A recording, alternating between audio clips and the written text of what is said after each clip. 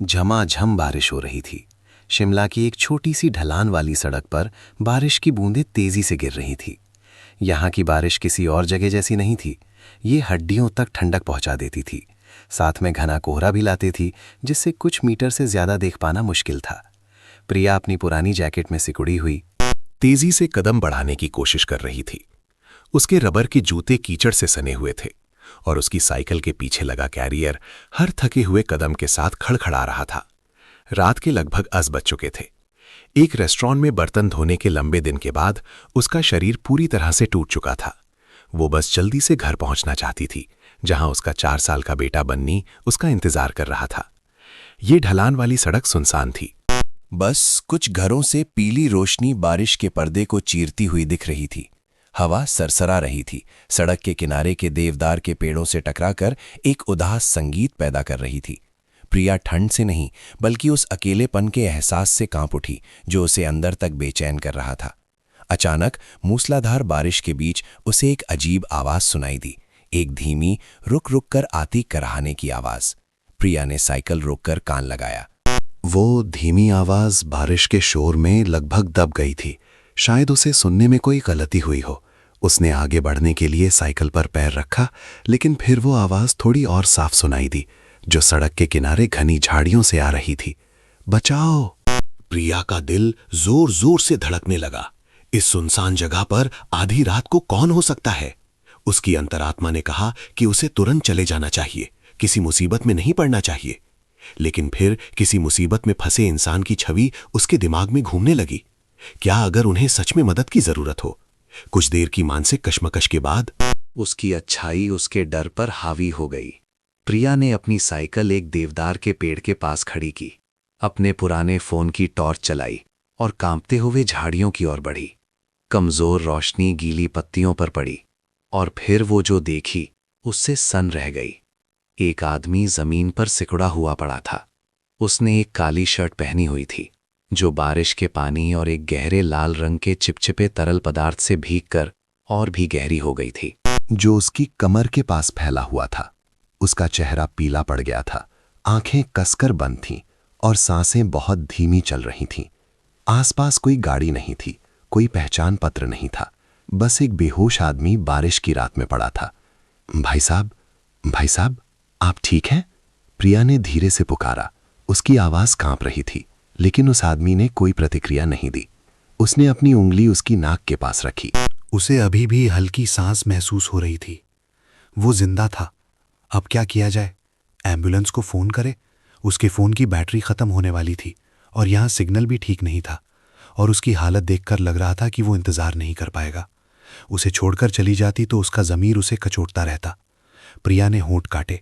उसके दिमाग में एक साहसिक निर्णय आया। उसका घर इसी ढलान के अंत में ही था।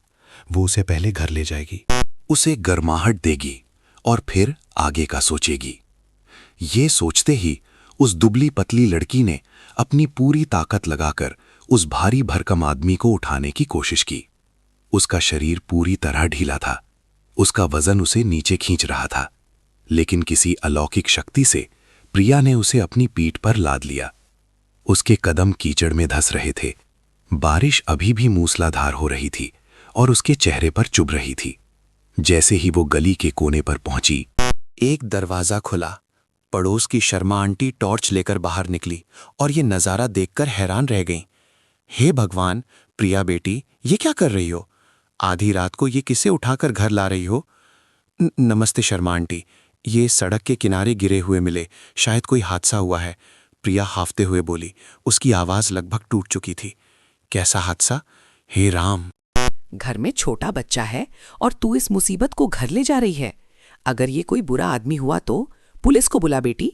शर्मा आंटी ने चिंता से सलाह दी। लेकिन इनकी हालत बहुत खराब है आंटी, इन्हें ऐसे बाहर छोड़ा तो ठीक नहीं होगा। मैं बस इन्हें घर में थोड़ी गर्माहट दूंगी। ये कहकर प्रिया ने शर्मा आंटी को और कुछ कहने का मौका नहीं दिया और उस आदमी को अपनी छोटी सी लकड़ी की झोपड़ी की ओर ले जाने लगी। उसने अपने कंधे से दरवाजे को हल्का सा धक्का दिया। दरवाजा खुलते ही एक छोटा सा सिर बाहर झांका। बन्नी, उसका बेटा अभी तक सोया नहीं था। उसने खलगोश वाली नाइट ड्रेस पहनी हुई थी। उसकी बड़ी बड़ी गोल आंखें हैरानी से अपनी मां की पीठ पर लदे अजनबी को देख रही थी। प्रिया ने थककर उस आदमी को घर के एकमात्र लकड़ी के बिस्तर पर धीरे से लिटा दिया। वो पूरी तरह भीग चुकी थी और ठंड से कांप रही थी। लेकिन फिर भी उसने जल्दी से एक तौलिया ढूंढा ताकि उसे पहुंच सके। बन्नी दबे पांव पास आया। उसके छोटे से हाथ ने अजनबी के ठंडे हाथ को छुआ। वो अपनी मां की ओर मुड़ा। उसकी साफ आंखों में आंसू भर आए और उसकी मासूम आवाज शांत घर में गूंज उठी, बाहर की बारिश की आवाज को चीरती हुई। मां, अंकल को बहुत ठंड लग रही है। हम इन्हें कंबल उड़ा दें। अपने बेटे की बात सुनकर प्रिया की सारी थकान और डर गायब हो गया। उसकी आंखों से अचानक आंसू बह निकले और उसके गालों पर अटकी बारिश की बूंदों में मिल गए। उसने सिर हिलाया। उसकी आवाज भर्रा गई। हाँ, मेरा बन्नी बहुत अच्छा बच्चा है। चलो हम मिलकर अंकल को कंबल उड़ाते हैं। उस छोटी सी झोपड़ी में बाहर तूफानी बारिश हो रही थी। एक युवा मां और एक मासूम बच्चा कांपते हुए आग जलाकर एक अजनबी को गर्माहट देने की कोशिश कर रहे थे। वे नहीं जानते थे कि आज रात का ये काम उनकी किस्मत को पूरी तरह से बदल देगा। अगली सुबह सूरज की पहली किरणें खिड़की के दरारों से होकर छोटी सी लकड़ी की झोपड़ी में आईं। अदरक वाली खिचड़ी की खुशबू पूरे कमरे में फैल गई थी। प्रिया सुबह जल्दी उठकर एक पतीले में पतली खिचड़ी बना चुकी थी। पिछली रात वो लगभग पूरी रात जागती रही थी। अजनबी आदमी को गरम पट्टी करती रही। शुक्र है उसे बस कुछ खरोचें आई थीं और शायद ठंड के कारण वो बेहोश हो गया था। इससे ज्यादा गंभीर कुछ नहीं लग रहा था।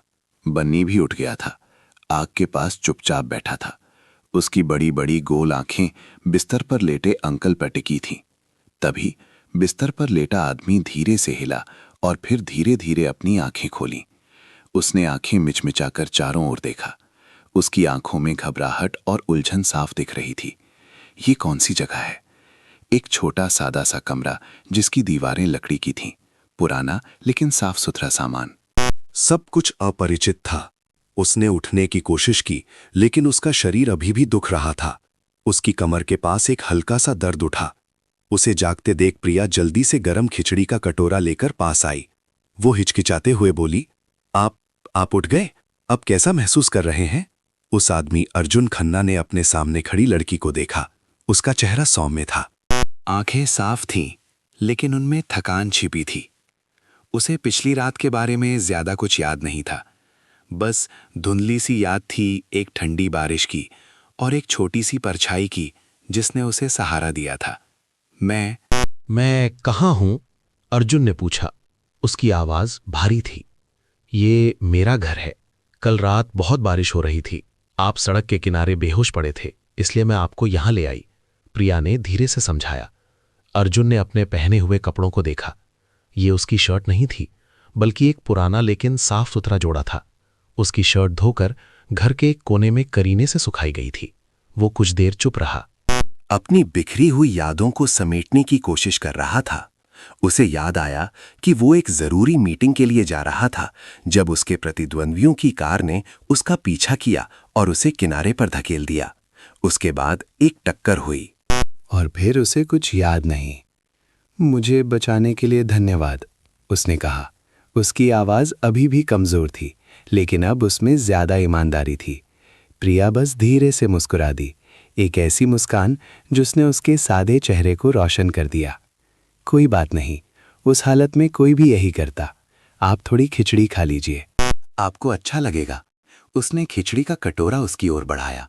अर्जुन उसे लेने के लिए हाथ बढ़ाने ही वाला था कि बन्नी दौड़ता हुआ आया। उसके छोटे छोटे हाथों में भी एक छोटा कटोरा था जिसमें बस थोड़ी सी खिचड़ी थी। उसने खिचड़ी का कटोरा अर्जुन की ओर बढ़ाया। उसकी साफ और विनम्र आवाज में कहा, अंकल आप खाइए, माँ बहुत अच्छी बनाती है। मैंने अपना आधा ही खाया है ताकि आपके लिए भी बच जाए।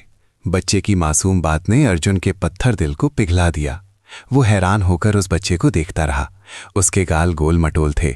उसकी बड़ी बड़ी काली आंखें शीशे की गोलियों की तरह थीं, जिनमें कोई मैल नहीं था। जिस दुनिया में वो रहता था, जो हिसाब किताब और धोखे से भरी थी, उस बच्चे की ईमानदारी ठंडे पानी की फुहार जैसी थी। उसने इतनी पवित्र चीज कभी नहीं देखी थी। धन्यवाद बेटा, अर्जुन मुस्कुराया। एक सच्ची मुस्कान जो उसके आमतौर पर ठंडे चेहरे पर बहुत कम दिखती थी। उसने बन्नी के सिर पर हाथ फेरा। प्रिया ने अपने बेटे को देखा। उसकी आंखों में प्यार और थोड़ी दया थी। वो जानती थी कि उसका बेटा भूखा है, लेकिन उसने बहुत जल्दी ही बांटना सीख लिया था।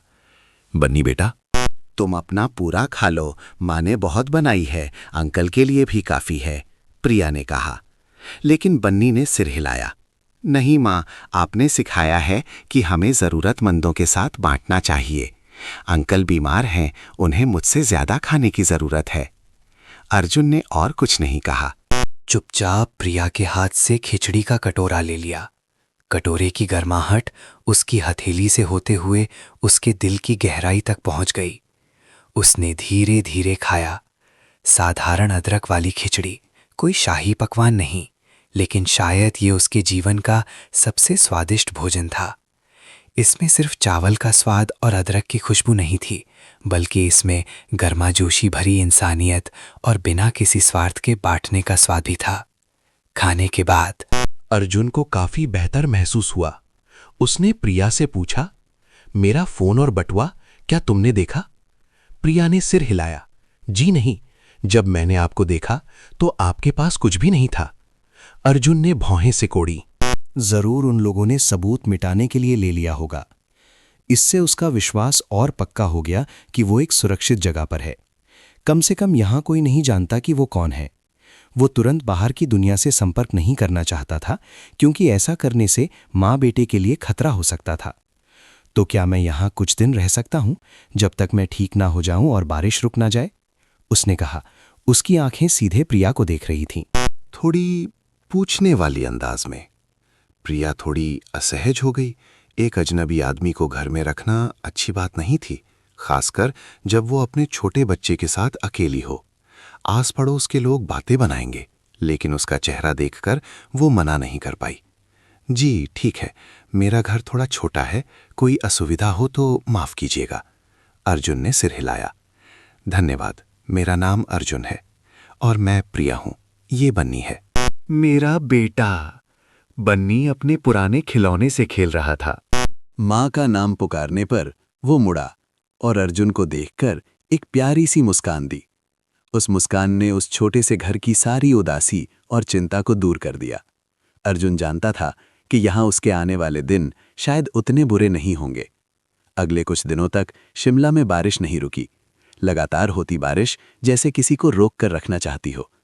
अर्जुन को प्रिया के छोटे से घर में ही रुकना पड़ा। एक अजनबी आदमी की मौजूदगी ने शुरुआत में थोड़ी अजीबियत पैदा की, लेकिन बन्नी की मासूमियत ने जल्द ही उस दूरी को पाट दिया। अर्जुन के लिए ये एक अभूतपूर्व अनुभव था। वो आलीशान बंगलों में रहने, निजी रसोइयों द्वारा तैयार किए गए भोजन खाने और लग्जरी कारों में घूमने का आदी था। लेकिन यहाँ सब कुछ न्यूनतम स्तर पर सादा था। घर में सिर्फ एक कमरा था जो लिविंग रूम, बेडरूम और किचन तीनों का काम करता था। भोजन में सिर्फ उबली हुई सब्जियां, दाल और थोड़ी सूखी मछली होती थी। रात में प्रिया और बन्नी जमीन पर बिछे एक पतले गद्दे पर सोते थे और एकमात्र लकड़ी का बिस्तर उसके लिए छोड़ देते थे। लेकिन अजीब बात थी, अर्जुन को बिल्कुल भी असुविधा महसूस नहीं हुई। इसके विपरीत उसे एक ऐसी शांति मिली जो उसकी अमीर जिंदगी उसे नहीं दे सकी थी। हर सुबह उसकी आंख नए पके चावल की महक और बन्नी की खिलखिलाहट से खुलती थी। वो बच्चा उससे बहुत घुल मिल गया था। बन्नी अक्सर अपने पुराने खिलौने उसे दिखाने लाता, उसे अपने खरगोश दोस्त और भालू दोस्त की बेसिर पैर की कहानियां सुनाता। अर्जुन अंकल, ये देखिए, मेरे खरगोश का कान फट गया था, माँ ने इसे सिल दिया। मेरी माँ बहुत अच्छी है। बन्नी ने गर्व से अपना पुराना पड़ चुका खरगोश का खिलौना दिखाया। अर्जुन ने खरगोश के कान पर लगे करीने से टांके को देखा और फिर किचन में काम कर रही प्रिया को देखा। उसके हाथ पतले और काम से कठोर हो गए थे, लेकिन वे इतनी कुशलता से सिलाई कर सकते थे और इतने गर्मजोशी भरे भोजन बना सकते थे। तुम्हारी माँ सच में बहुत अच्छी है, अर्जुन ने मुस्कुराते हुए बन्नी से कहा। एक दिन उसने देखा कि टक्कर के कारण उसकी शर्ट के कंधे पर एक छोटा सा छेद हो गया है। उसने सोचा कि इसे फेंकना पड़ेगा, लेकिन शाम को जब प्रिया काम से लौटी तो उसने उसे देखा और चुपचाप सुई धागा लेकर पीली रोशनी के नीचे बैठकर उसे सावधानी से सिलने लगी। अर्जुन सामने बैठा चुपचाप उसे देखता रहा। रोशनी में प्रिया का झुका हुआ चेहरा बहुत सौम्य लग रहा था। उसकी सुई के हर टांके नियमित और सावधान थे। उसने अचानक पूछा, तुम मेरी इतनी मदद क्यों कर रही हो? हम तो अजनबी हैं। प्रिया ने सिर उठाया। उसकी आंखें साफ थीं। उसने कुछ देर सोचा और फिर धीमी आवाज में जवाब दिया, क्योंकि जब मैं सबसे ज्यादा मुश्किल में थी तब एक अजनबी ने मेरी मदद की थी। उन्होंने नहीं पूछा कि मैं कौन हूं, ना ही उन्होंने कोई बदला चाहा। उन्होंने बस इतना कहा कि अगर भविष्य में कोई जरूरतमंद मिले तो उसकी मदद करना, जैसे मेरी मदद की गई थी। अच्छाई इसी तरह एक हाथ से दूसरे हाथ जाती रहे तो जिंदगी बेहतर हो जाएगी। है ना? प्रिया के जवाब ने अर्जुन को निशब्द कर दिया। वो ऐसे रिश्तों का आदी था जो फायदे पर बने होते थे, जहां हर काम का कोई मकसद होता था। पहली बार उसने इतना सरल लेकिन गहरा जीवन दर्शन सुना था। वो उसके अतीत के बारे में, उसकी मुश्किलों के बारे में जानने को उत्सुक था, लेकिन उसने पूछा नहीं। उसे लगा कि उसे उस इंसान के जख्मों को कुरेदने का कोई हक नहीं है जिसने उसे पनाह दी है। शाम को बन्नी के सो जाने के बाद वे दोनों अक्सर आग के पास बैठते। लकड़ी के जलने की चटकने की आवाज और आग की लपटें उनके चेहरों को रोशन करतीं। वे हर तरह की बेसिर पैर की बातें करते। प्रिया अपने घर के पीछे उगाए फूलों के बारे में बताती, शिमला के खास पकवानों के बारे में बताती। अर्जुन अपनी यात्राओं के बारे में, उन जगहों के बारे में बताता जहां वो गया था। लेकिन अपनी असली पहचान और काम को पूरी तरह छिपाए रखा। उसने बस इतना कहा कि वो एक साधारण ऑफिस कर्मचारी है। उन बातों के दौरान अर्जुन ने धीरे धीरे प्रिया में एक जबरदस्त जीवन शक्ति को महसूस किया। गरीबी और कठिनाई के बावजूद उसने कभी शिकायत नहीं की। वो हमेशा हर चीज को एक आशावादी नजर से और एक दयालु दिल से देखती थी। एक दिन बन्नी के लिए एक पुराना स्वेटर सिलते समय प्रिया की उंगली में सुई चुभ गई। खून की एक छोटी सी बूंद निकली। उसने जल्दी से अपनी उंगली मुंह में डाल ली।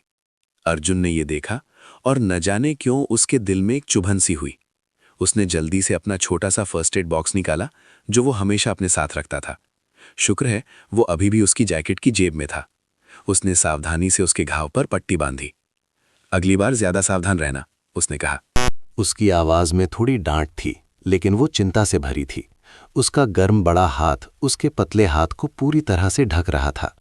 प्रिया ने शर्माकर अपना हाथ पीछे खींच लिया। उसका चेहरा थोड़ा लाल हो गया। धन्यवाद। उस पल समय जैसे रुक गया। दोनों ने अपने दिलों में एक अजीब सी सिहरन महसूस की।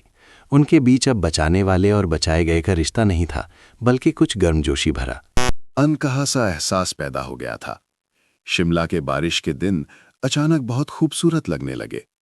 अर्जुन चाहने लगा कि ये बारिश हमेशा के लिए होती रहे, ताकि वो इस छोटे से घर में रह सके, बन्नी की हंसी सुन सके, प्रिया के हाथ का बना खाना खा सके और हर दिन उसकी सौम्य मुस्कान देख सके। उसने बाहर की दुनिया को, व्यापार की लड़ाइयों को, साजिशों और हिसाब किताब को अस्थायी रूप से भुला दिया। यहाँ उसकी आत्मा को शांति और सुकून मिल रहा था। प्रिया के घर में एक अजनबी आदमी की मौजूदगी जिज्ञासु पड़ोसियों की नजरों से नहीं बच सकी। शिमला भले ही एक पर्यटन शहर था, लेकिन छोटी गलियां एक छोटे गांव की तरह थीं, जहां हर छोटी बड़ी बात जंगल की आग की तरह फैलती थी। प्रिया अपने घर में एक लड़के को ले आई है कि कहानी को मिर्च मसाला लगाकर एक दूसरे को सुनाया जाने लगा। सुना है वो लड़का बहुत सुंदर है। पता नहीं उस भोली भाली प्रिया को क्या पट्टी पढ़ाई है, या शायद उसने देखा कि माँ बेटा अकेले हैं तो फायदा उठाने आ गया। बेचारी पहले से ही अकेले बच्चे को पाल रही है और अब एक और बूझ ले आई। उसकी किस्मत ही खराब है। ये बातें चाहे जानबूझकर कही गई हों या अनजाने में, प्रिया के दिल में सुई की तरह चुभती थीं। वो सब सुनती थी, लेकिन चुपचाप सहने के सिवा कुछ नहीं कर सकती थी। वो हर किसी को ये नहीं समझा सकती थी कि वो सिर्फ एक मुसीबत में फंसे इंसान की मदद कर रही है। वे विश्वास नहीं करेंगे, या अगर विश्वास कर भी लिया तो कहेंगे कि वो बहुत भोली है। सबसे ज्यादा तीखी प्रतिक्रिया शर्मा आंटी की थी, जो सामने रहती थीं। शर्मा आंटी बुरी इंसान नहीं थीं, लेकिन थोड़ी रूढ़िवादी और दूसरों के मामलों में दखल देने वाली थीं। वो प्रिया को अपनी बेटी की तरह मानती थीं, इसलिए उसकी और भी ज्यादा चिंता करती थीं। एक शाम जब प्रिया काम से लौट रही थी, शर्मा आंटी ने उसे गली के कोने पर ही रोक लिया। प्रिया, इधर आ। मुझे तुझसे बात करनी है। उन्होंने प्रिया का हाथ पकड़कर अपने घर में खींच लिया। उनका चेहरा गंभीर था। वो नौजवान अभी भी तेरे घर में है? जी आंटी, प्रिया ने धीमी आवाज में जवाब दिया। हे भगवान, तुझे पता है लोग क्या क्या बातें बना रही हैं? वे कह रही हैं कि तू अच्छी लड़की नहीं है, बिना शादी के एक आदमी को घर में रख लिया है। क्या तूने बन्नी के बारे में सोचो? जब वो बड़ा होगा और लोगों को अपनी माँ के बारे में फुसफुसाते सुनेगा तो वो क्या सोचेगा? शर्मा आंटी ने एक सांस में सब कह डाला। उनकी आवाज में गुस्सा और हमदर्दी दोनों थे। प्रिया ने सिर झुका लिया। दोनों हाथ आपस में मसल रही थी। वो जानती थी कि शर्मा आंटी उसकी चिंता कर रही हैं। आंटी, मैं जानती हूं आप मेरी चिंता कर रही हैं, लेकिन वो सच में एक अच्छा इंसान है। वो मुसीबत में था, मैं उसे अकेला नहीं छोड़ सकती थी। कुछ दिनों में मौसम साफ हो जाएगा तो वो चला जाएगा। अच्छा है या बुरा तू कैसे जानती है? लोगों का दिल पहचानना बहुत मुश्किल है बेटी। मेरी बात मान। उसे जाने के लिए कह दे, लोगों को बातें बनाने का मौका मत दे। बेचारी माँ बेटी। बातचीत बिना किसी नतीजे के खत्म हो गई। प्रिया भारी मन से घर लौटी। वो जानती थी कि वो दूसरों की बातों को नजरअंदाज करके नहीं जी सकती, खासकर जब इसका असर उसके बेटे पर पड़ सकता हो। उसी समय बन्नी बाहर आंगन में खेल रहा था। उसने देखा कि मोहल्ले के कुछ बच्चे झुंड बनाकर फुसफुसा रहे हैं। उनमें से सबसे बड़ा लड़का बन्नी के पास आया और अकड़ कर पूछा, ए बन्नी, क्या तेरी माँ किसी अंकल को घर में लाई है? बन्नी ने मासूमियत से सिर हिलाया। हाँ, अर्जन अंकल बन्नी के घर पर हैं। मेरी माँ कहती है कि तेरी माँ बहुत गंदी है, बिना पति के ऐसा करती है। उस लड़के ने मुंह बनाया। हालांकि बन्नी गंदी शब्द का पूरा मतलब नहीं समझता था, लेकिन उसे महसूस हुआ कि ये कोई अच्छी बात नहीं है। उसकी आंखें लाल हो गईं। उसने रोते हुए जवाब दिया, मेरी माँ गंदी नहीं है, मेरी माँ सबसे अच्छी है। लेकिन बच्चे हंस पड़े और चले गए। बन्नी को अकेला रोता हुआ छोड़ गए। अर्जुन घर में किताब पढ़ रहा था। बन्नी के रोने की आवाज सुनकर वो बाहर भागा। उसने देखा कि बच्चा जमीन पर बैठा है, दोनों हाथों से अपना चेहरा ढके हुए है। बन्नी, क्या हुआ? क्यों रो रहे हो? अर्जुन ने उसके पास बैठकर धीरे से पूछा। बन्नी ने सिर उठाया। उसकी आंखों में आंसू भरे थे। उसकी आवाज सिसकियों के कारण टूट रही थी। अंकल, वो दोस्त माँ के बारे में बुरा बोल रहे थे। वो कह रहे थे कि माँ गंदी है। अर्जुन का दिल बैठ गया। वो जानता था कि देर सवेर ये होना ही था। उसने नहीं सोचा था कि उसकी मौजूदगी माँ बेटे के लिए इतनी बड़ी मुसीबत बन जाएगी। उसे बहुत अफसोस हुआ। प्रिया भी तभी पहुंची और ये नजारा देखा। उसका दिल जैसे किसी ने निचोड़ दिया हो। वो दौड़कर अपने बेटे से लिपट गई। बन्नी, चुप हो जा बेटा, मत रो। माँ है ना? बन्नी ने अपना सिर माँ के सीने में छिपा लिया, लेकिन सिसकियां नहीं रुकी। फिर उसने सिर उठाकर अपनी माँ और अर्जुन दोनों को देखा। उसकी साफ आंखों में मासूमियत थी। उसने एक ऐसी बात कही जिसने दोनों बड़ों को हैरान कर दिया। अंकल का कोई घर नहीं है? माँ और मैंने तो बस अंकल को रहने की जगह दी है, फिर वो दोस्त माँ को क्यों डांट रहे थे? बन्नी के मासूम सवाल ने प्रिया और अर्जुन के दिलों को चीर दिया। इसने उन बुरी अफवाहों की सारी कुरूपता और क्रूरता को उजागर कर दिया। एक दयालु काम पूर्वाग्रह के चश्मे से देखने पर एक बुरी चीज बन गया था। प्रिया ने अपने बेटे को कसकर गले लगा लिया। आंसू बस बहते जा रहे थे। वो इसलिए नहीं रो रही थी कि लोग उसके बारे में बुरा बोल रहे थे, बल्कि अपने बेटे के लिए रो रही थी। उसका बेटा इतनी कठोर बातें सुनने के लिए अभी बहुत छोटा था। अर्जुन पास खड़ा था। उसकी मुट्ठियां भींच गईं। उसने उस औरत को देखा जो अपने आंसू रोकने के लिए कांप रही थी। उस मासूम बच्चे को देखा जो अपनी मां की रक्षा करने की कोशिश कर रहा था। उसके दिल में गुस्सा और बेबसी की भावना उठी। उसे एहसास हुआ कि अब उसके जाने का समय आ गया है। वो यहां रहकर उनकी अच्छाई को कुचलने और एक बच्चे के बचपन को चोट पहुंचाने का कारण नहीं बन सकता। उस रात बारिश थम गई थी। अर्जुन ने फैसला किया कि वो अगली सुबह यहां से चला जाएगा। अगली सुबह सूरज निकलने से पहले ही अर्जुन जाग गया। उसने धीरे से कंबल तह करके बिस्तर पर करीने से रख दिया। उसकी नजरें आखिरी बार पूरे घर पर घूमी। ये जगह छोटी और सादी थी, लेकिन इसने उसे कई सालों में सबसे शांतिपूर्ण दिन दिए थे। उसने प्रिया और बन्नी को देखा जो अभी भी जमीन पर गद्दे पर सो रहे थे। बन्नी का चेहरा शांत था। उसके होठों पर हल्की सी मुस्कान थी। अर्जुन के दिल में एक अजीब सी उदासी छा गई। वो अलविदा कहना चाहता था, सबसे सिंसियर धन्यवाद कहना चाहता था, लेकिन उन्हें जगाने से डर रहा था। वो बन्नी की साफ आंखों का सामना करने से डर रहा था, प्रिया की उलझन देखने से डर रहा था। उसने चुपचाप जाने का फैसला किया। उसने एक छोटा कागज का टुकड़ा और एक पेंसिल ढूंढी। जल्दी से कुछ पंक्तियां लिखीं। आप माँ बेटे का हर चीज के लिए धन्यवाद। मुझे जाना होगा। आप दोनों हमेशा सुरक्षित रहें। मैं ये एहसान कभी नहीं भूलूंगा। उसने अपना नाम नहीं लिखा, ना ही कोई संपर्क जानकारी छोड़ी। वो जानता था कि प्रिया के स्वभाव के अनुसार वो कभी भी भौतिक रूप में कोई बदला स्वीकार नहीं करेगी। उसे धन्यवाद देने का सबसे अच्छा तरीका था उसकी जिंदगी से गायब हो जाना, माँ बेटे को उनकी शांति वापस लौटाना। उसने कागज का टुकड़ा मेज पर उस फूलदान के पास रख दिया जिसमें बन्नी ने कल अपनी माँ के लिए जंगली फूल तोड़े थे। फिर अर्जुन ने धीरे से दरवाजा खोला और शिमला की सुबह की धुंध में गायब हो गया। जब प्रिया जागी तो सबसे पहले उसे खालीपन का एहसास हुआ। लकड़ी का बिस्तर करीने से साफ था। अर्जुन नाम का वो आदमी जा चुका था। उसने मेज पर कागज का टुकड़ा देखा। उन छोटी पंक्तियों को पढ़ा। उसके दिल में थोड़ी निराशा हुई, लेकिन थोड़ी राहत भी मिली। आखिरकार सब कुछ पहले जैसा हो गया था। बन्नी उठकर आंखें मलता हुआ पूछा, माँ, अर्जुन अंकल कहाँ गए? अर्जुन अंकल को काम से जाना पड़ा बेटा।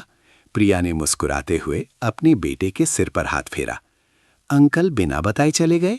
बन्नी ने मुंह बनाया। वो नाखुश लग रहा था। मैंने तो उन्हें अपना नया डायनासोर का चित्र भी नहीं दिखाया। अगली बार जब मिलोगे तब दिखा देना। प्रिया ने उसे बहलाया, हालांकि वो जानती थी कि शायद कोई अगली बार नहीं होगा। प्रिया और उसके बेटे की जिंदगी वापस सामान्य पटरी पर लौट आई। प्रिया अभी भी सुबह से देर रात तक काम करती। बन्नी शर्मा आंटी के साथ घर पर रहता। मोहल्ले की अफवाहें भी धीरे धीरे शांत हो गईं जब अजनबी आदमी का साया दिखना बंद हो गया। एक हफ्ता बीत गया। प्रिया लगभग अर्जुन के अस्तित्व को भूल चुकी थी। लेकिन एक शाम जब वो रेस्टोरेंट में सफाई कर रही थी, कुछ काले कपड़ों में आदमी जो दिखने में अच्छे नहीं लग रहे थे, अचानक उसे ढूंढते हुए आए। उन्होंने एक धुंधली तस्वीर दिखाई जो एक सुरक्षा कैमरे से ली गई थी। तस्वीर में एक आदमी था जिसका शरीर अर्जुन जैसा ही था। क्या तुमने इस तस्वीर में मौजूद आदमी को देखा है? उनमें से एक ने पूछा। उसका लहजा धौंस भरा था। प्रिया चौंक गई। उसका दिल जोर जोर से धड़कने लगा। उसने जल्दी से सिर हिलाया। मैं नहीं जानती। सच बताओ, किसी ने तुम्हें पिछले हफ्ते बारिश की रात में एक घायल आदमी को पीठ पर लाद कर घर ले जाते देखा था? क्या वो यही था? उस आदमी ने कुर्राते हुए कहा। उसकी नजरें चाकू की तरह प्रिया पर गड़ी थीं। प्रिया डरकर पीछे हट गई। ये क्या हो रहा है? वे कौन है? वे अर्जुन को क्यों ढूंढ रहे हैं? क्या हो अगर वे बुरे लोग हों, वही लोग जिन्होंने उसे चोट पहुंचाई थी? अगर उसने बता दिया तो क्या वो उसे खतरे में नहीं डाल देगी? ये सोचते हुए उसने पूरी हिम्मत जुटाई और दृढ़ता से जवाब दिया, मैं किसी को नहीं जानती। आप लोगों को कोई गलतफहमी हुई है। उस आदमी ने उसे कुछ देर घूरा। जब देखा कि कुछ नहीं उगलवा पाएगा तो वो गुस्से में चला गया। जाते जाते एक धमकी देना नहीं भूला, अगर तुम झूठ बोल रही हो तो तुम चैन से नहीं रह पाओगी। प्रिया वहीं खड़ी रह गई। उसके पैर कांप रहे थे। उसे नहीं पता था कि उसने सही किया या गलत, लेकिन उसकी अंतरात्मा कह रही थी कि उसे उस आदमी की रक्षा करनी चाहिए, भले ही वो एक अजनबी हो। वो अर्जुन की सुरक्षा के लिए चिंतित हो गई। वो कहाँ गया है? क्या वो सुरक्षित है? डर और चिंता ने उस शाम प्रिया के मन को घेर लिया। वो किसी भी काम में ध्यान नहीं लगा पा रही थी। उसे एहसास हुआ कि भले ही वे कुछ ही दिन साथ रहे हों, लेकिन उस शांत गर्मोशी भरे आदमी की छवि अनजाने में उसके मन में गहरी छाप छोड़ गई थी। उसे नहीं पता था कि कहीं और अर्जुन भी उसके बारे में सोच रहा था। उसने अपने सहायक से संपर्क कर लिया था और अपने प्रतिद्वंद्वियों द्वारा पैदा की गई गड़बड़ी को सुलझा रहा था, लेकिन उसके दिमाग में उस छोटी लकड़ी की झोपड़ी की छवि, उस मेहनती औरत की छवि और बन्नी की मासूम मुस्कान बार बार आ रही थी। वो सोच रहा था कि माँ बेटा अब कैसे होंगे। क्या कोई उन्हें परेशान कर रहा है? वो जानता था कि वो धन्यवाद का नोट काफी नहीं था। उनकी अच्छाई इससे कहीं ज्यादा की हकदार थी। उसे वापस जाना था, दिखावा करने के लिए नहीं, बल्कि ये सुनिश्चित करने के लिए कि वे वास्तव में सुरक्षित हैं। उन अजनबी आदमियों के आने के कुछ दिनों बाद प्रिया की जिंदगी खामोश चिंता में गुजरती रही। वो काम से लौटते समय हमेशा सतर्क रहती और आसपास देखती रहती। शुक्र है उसे परेशान करने के लिए कोई और नहीं आया। उस सुबह हमेशा की तरह प्रिया अपनी पुरानी साइकिल घर से बाहर निकालने लगी ताकि काम पर जा सके। बन्नी पीछे पीछे चहकता हुआ आया। माँ, शाम को जल्दी घर आकर बन्नी के साथ खेलना। हाँ बेटा, वादा। प्रिया ने मुस्कुराते हुए अपने बेटे के गाल पर चूमा। उसी पल पूरी छोटी गली में हलचल मच गई। लोग सड़कों पर निकल आए, आंखें फाड़ फाड़ कर गली के कोने की ओर देख रहे थे। काली, शानदार और चमचमाती कारों का एक काफिला धीरे धीरे अंदर आ रहा था। सबसे आगे एक सुपर लग्जरी कार थी जिसे यहाँ के लोगों ने सिर्फ टीवी पर देखा था। जो गली पहले से ही तंग थी, वो इस भव्य आगमन के सामने बहुत छोटी लगने लगी। काफिला प्रिया के घर के ठीक सामने रुक गया। सबसे आगे वाली कार का दरवाजा खुला। एक काले सूट में एक सुंदर आदमी नीचे उतरा और सम्मानपूर्वक पिछला दरवाजा खोला और फिर एक और आदमी बाहर निकला। वो लंबा, आकर्षक था। उसने एक ब्रांडेड सूट पहना था जो उसके मजबूत शरीर पर पूरी तरह से फिट था। उसके बाल करीने से सवारे हुए थे। चेहरा तराशा हुआ और ठंडा था, लेकिन उसकी आंखों में एक गहरी, अनकही भावना थी। प्रिया सन्न रह गई। पास में कपड़े सुखा रही शर्मा आंटी के हाथ से कपड़ों की बाल्टी गिर गई। मोहल्ले का हर कोई अपनी आंखों पर विश्वास नहीं कर पा रहा था। वो आदमी कोई और नहीं, अर्जुन था। वो पूरी तरह से बदल चुका था। अब वो बारिश की रात का बेबस, कीचड़ से सना आदमी नहीं था, ना ही पुराने कपड़ों में रहने वाला शांत मेहमान। वो वहां खड़ा था, एक शाही आभा बिखेर रहा था। एक ऐसी शक्ति जो दूसरों को भयभीत कर दे। प्रिया मूर्ति की तरह खड़ी रही। उसके हाथ अभी भी साइकिल के हैंडल पर थे। उसे समझ नहीं आ रहा था कि क्या प्रतिक्रिया दे। क्या ये सच में अर्जुन है, वो आदमी जिसे उसने पनाह दी थी? आखिर वो है कौन? अर्जुन ने आसपास की जिज्ञासु नजरों पर ध्यान नहीं दिया। उसकी नजरें सिर्फ प्रिया पर टिकी थीं। वो धीरे धीरे उसकी ओर बढ़ा। उसका हर कदम स्थिर था, लेकिन उसके दिल में भावनाओं का तूफान था। नमस्ते प्रिया, उसने आवाज दी। उसकी गहरी, परिचित आवाज थी, लेकिन बदले हुए हालात के कारण थोड़ी दूरी थी। आप? प्रिया हकलाकर बोल नहीं पा रही थी। तभी बन्नी कुछ देर हैरान रहने के बाद अचानक अपने परिचित को पहचान गया। वो अर्जुन के शानदार रूप से डरा नहीं। वो खुशी से चिल्लाया और दौड़कर उसके पैरों से लिपट गया। अर्जुन अंकल, आप वापस आ गए? बन्नी की साफ, खुशी भरी आवाज ने तनावपूर्ण माहौल को तोड़ दिया। अंकल, आज आप गीले नहीं हैं। बन्नी ने सिर उठाकर दांत दिखाए।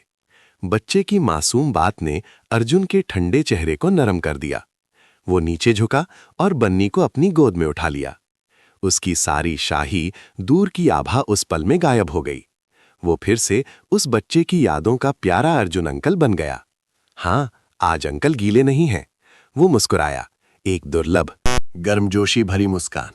बन्नी ने अंकल को याद किया? हाँ, बहुत याद किया। बन्नी ने जल्दी जल्दी सिर हिलाया। मोहल्ले के लोग अब होश में आए। वे एक दूसरे को देखकर फुसफुसाने लगे। हे भगवान, ये तो कोई बड़ा आदमी है। गाड़ियां तो देखो, जरूर कोई अरबपति होगा। प्रिया की तो किस्मत खुल गई। शर्मा आंटी मुंह खोले खड़ी रह गईं। उन्हें विश्वास नहीं हो रहा था कि जिस आदमी को उन्होंने मुसीबत समझकर भगाने की कोशिश की थी, उसकी इतनी बड़ी हैसियत होगी। प्रिया अभी भी वहीं खड़ी थी, उलझन और सदमे में। सब कुछ बहुत अचानक हुआ था। अर्जुन की वापसी, उसकी असली पहचान, सब कुछ उसकी कल्पना से परे था। उसे लगा कि उन दोनों के बीच एक अदृश्य दीवार खड़ी हो गई है। वो एक अलग दुनिया का था, एक ऐसी शानदार दुनिया जिसे वो कभी छू नहीं सकती थी। अर्जुन ने बन्नी को नीचे उतारा और फिर प्रिया की ओर मुड़ा। उसने उसकी आंखों में घबराहट और दूरी देखी। वो जानता था कि उसे सब कुछ समझाना होगा। मुझे माफ करना कि मैं बिना बताए चला गया, और अपनी पहचान छिपाने के लिए भी माफ करना, उसने ईमानदारी से कहा। मेरा पूरा नाम अर्जुन खन्ना है। खन्ना ग्रुप का सीईओ अर्जुन खन्ना। और खन्ना ग्रुप का नाम सुनकर आसपास के लोग आश्चर्य से ओ करने लगे। ये देश के सबसे बड़े समूहों में से एक था। मैं यहां वापस आया हूं, अर्जुन ने कहना जारी रखा। उसकी नजरें प्रिया से नहीं हटीं, अपना वादा पूरा करने के लिए। मैं आप माँ बेटे का एहसान कभी नहीं भूलूंगा। उसने अपने सहायक को इशारा किया। सहायक तुरंत एक रेशमी डिब्बा ले आया। अर्जुन ने उसे खोला। अंदर नोटों की एक मोटी गड्डी थी। ये मेरी तरफ से एक छोटी सी भेंट है। मैं चाहता हूं कि तुम इसे स्वीकार करो ताकि तुम अपनी जिंदगी बेहतर बना सको और बन्नी की पढ़ाई का ख्याल रख सको। लेकिन प्रिया एक कदम पीछे हट गई। उसने सिर हिलाया। नहीं, मैं ये नहीं ले सकती। मैंने आपकी मदद इन चीजों के लिए नहीं की थी। उसने दृढ़ता से कहा। कृपया इसे वापस ले जाइए। प्रिया के इनकार ने अर्जुन को आश्चर्यचकित किया, लेकिन थोड़ा सम्मान भी महसूस हुआ। वो जानता था कि वो ऐसी ही है, लेकिन वो फिर भी उसके लिए कुछ करना चाहता था। तो क्या मैं इसे एक छुट्टी का निमंत्रण मान सकता हूं? धन्यवाद और माफी के तौर पर उसने और चतुराई से प्रस्ताव रखा। बस कुछ दिनों के लिए मेरे ग्रुप के रिसॉर्ट में, जो यहीं पास में है। इस बार प्रिया के मना करने से पहले बन्नी चिल्लाया, घूमने चलेंगे? वाह माँ, चलो ना माँ। अपने बेटे की उत्सुक आंखों को देखकर प्रिया मना नहीं कर पाई। शायद यही एकमात्र तरीका था जिससे वो इस एहसान के बोझ को धीरे से खत्म कर सकती थी। जी ठीक है। अर्जुन ने राहत की सांस ली। कम से कम उसे एक मौका तो मिला, एक मौका उसके करीब रहने का, उसे और समझने का और उन परेशानियों की भरपाई करने का जो उसने पैदा की थीं। खन्ना ग्रुप का रिसॉर्ट एक सुरम्य पहाड़ी पर स्थित था, जो देवदार के जंगलों और रंग बिरंगे फूलों के बगीचों से घिरा हुआ था। ये जगह शानदार और डंकप थी, प्रिया की दुनिया से बिल्कुल अलग। अपनी जिंदगी में पहली बार उसे और बन्नी को इतनी आलीशान जिंदगी का अनुभव हो रहा था। अर्जुन ने माँ बेटे के लिए एक निजी विला की व्यवस्था की, जिसमें एक स्विमिंग पूल और 24 घंटे सेवा के लिए एक बटलर था। वो बहुत विचारशील था। उसने कर्मचारियों को उनकी सबसे अच्छी देखभाल करने का निर्देश दिया, लेकिन बहुत ज्यादा दिखावा न करने के लिए कहा ताकि प्रिया को अजीब न लगे। बन्नी तो बहुत ही उत्साहित था। वो हर जगह दौड़ता भागता, नीले स्विमिंग पूल को देखकर चिल्लाता और स्वादिष्ट अजीब पकवानों को देखकर हैरान होता। अपने बेटे की खिली हुई मुस्कान देखकर प्रिया को भी खुशी महसूस हुई।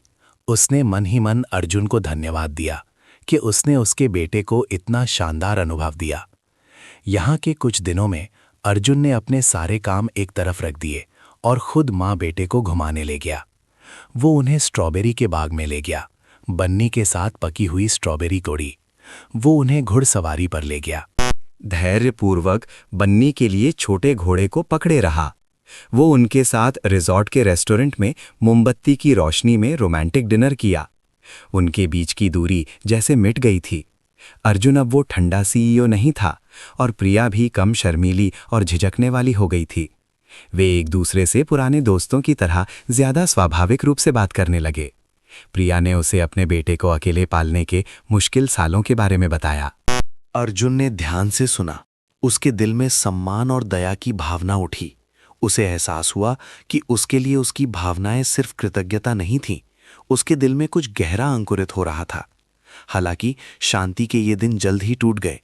अध्यक्ष अर्जुन खन्ना का एक अजनबी महिला और उसके बेटे को अपने लग्जरी रिसॉर्ट में व्यक्तिगत रूप से लाने की खबर उच्च वर्ग में तेजी से फैल गई और निश्चित रूप से ये प्रिया के पूर्व प्रेमी राहुल तक भी पहुंचे।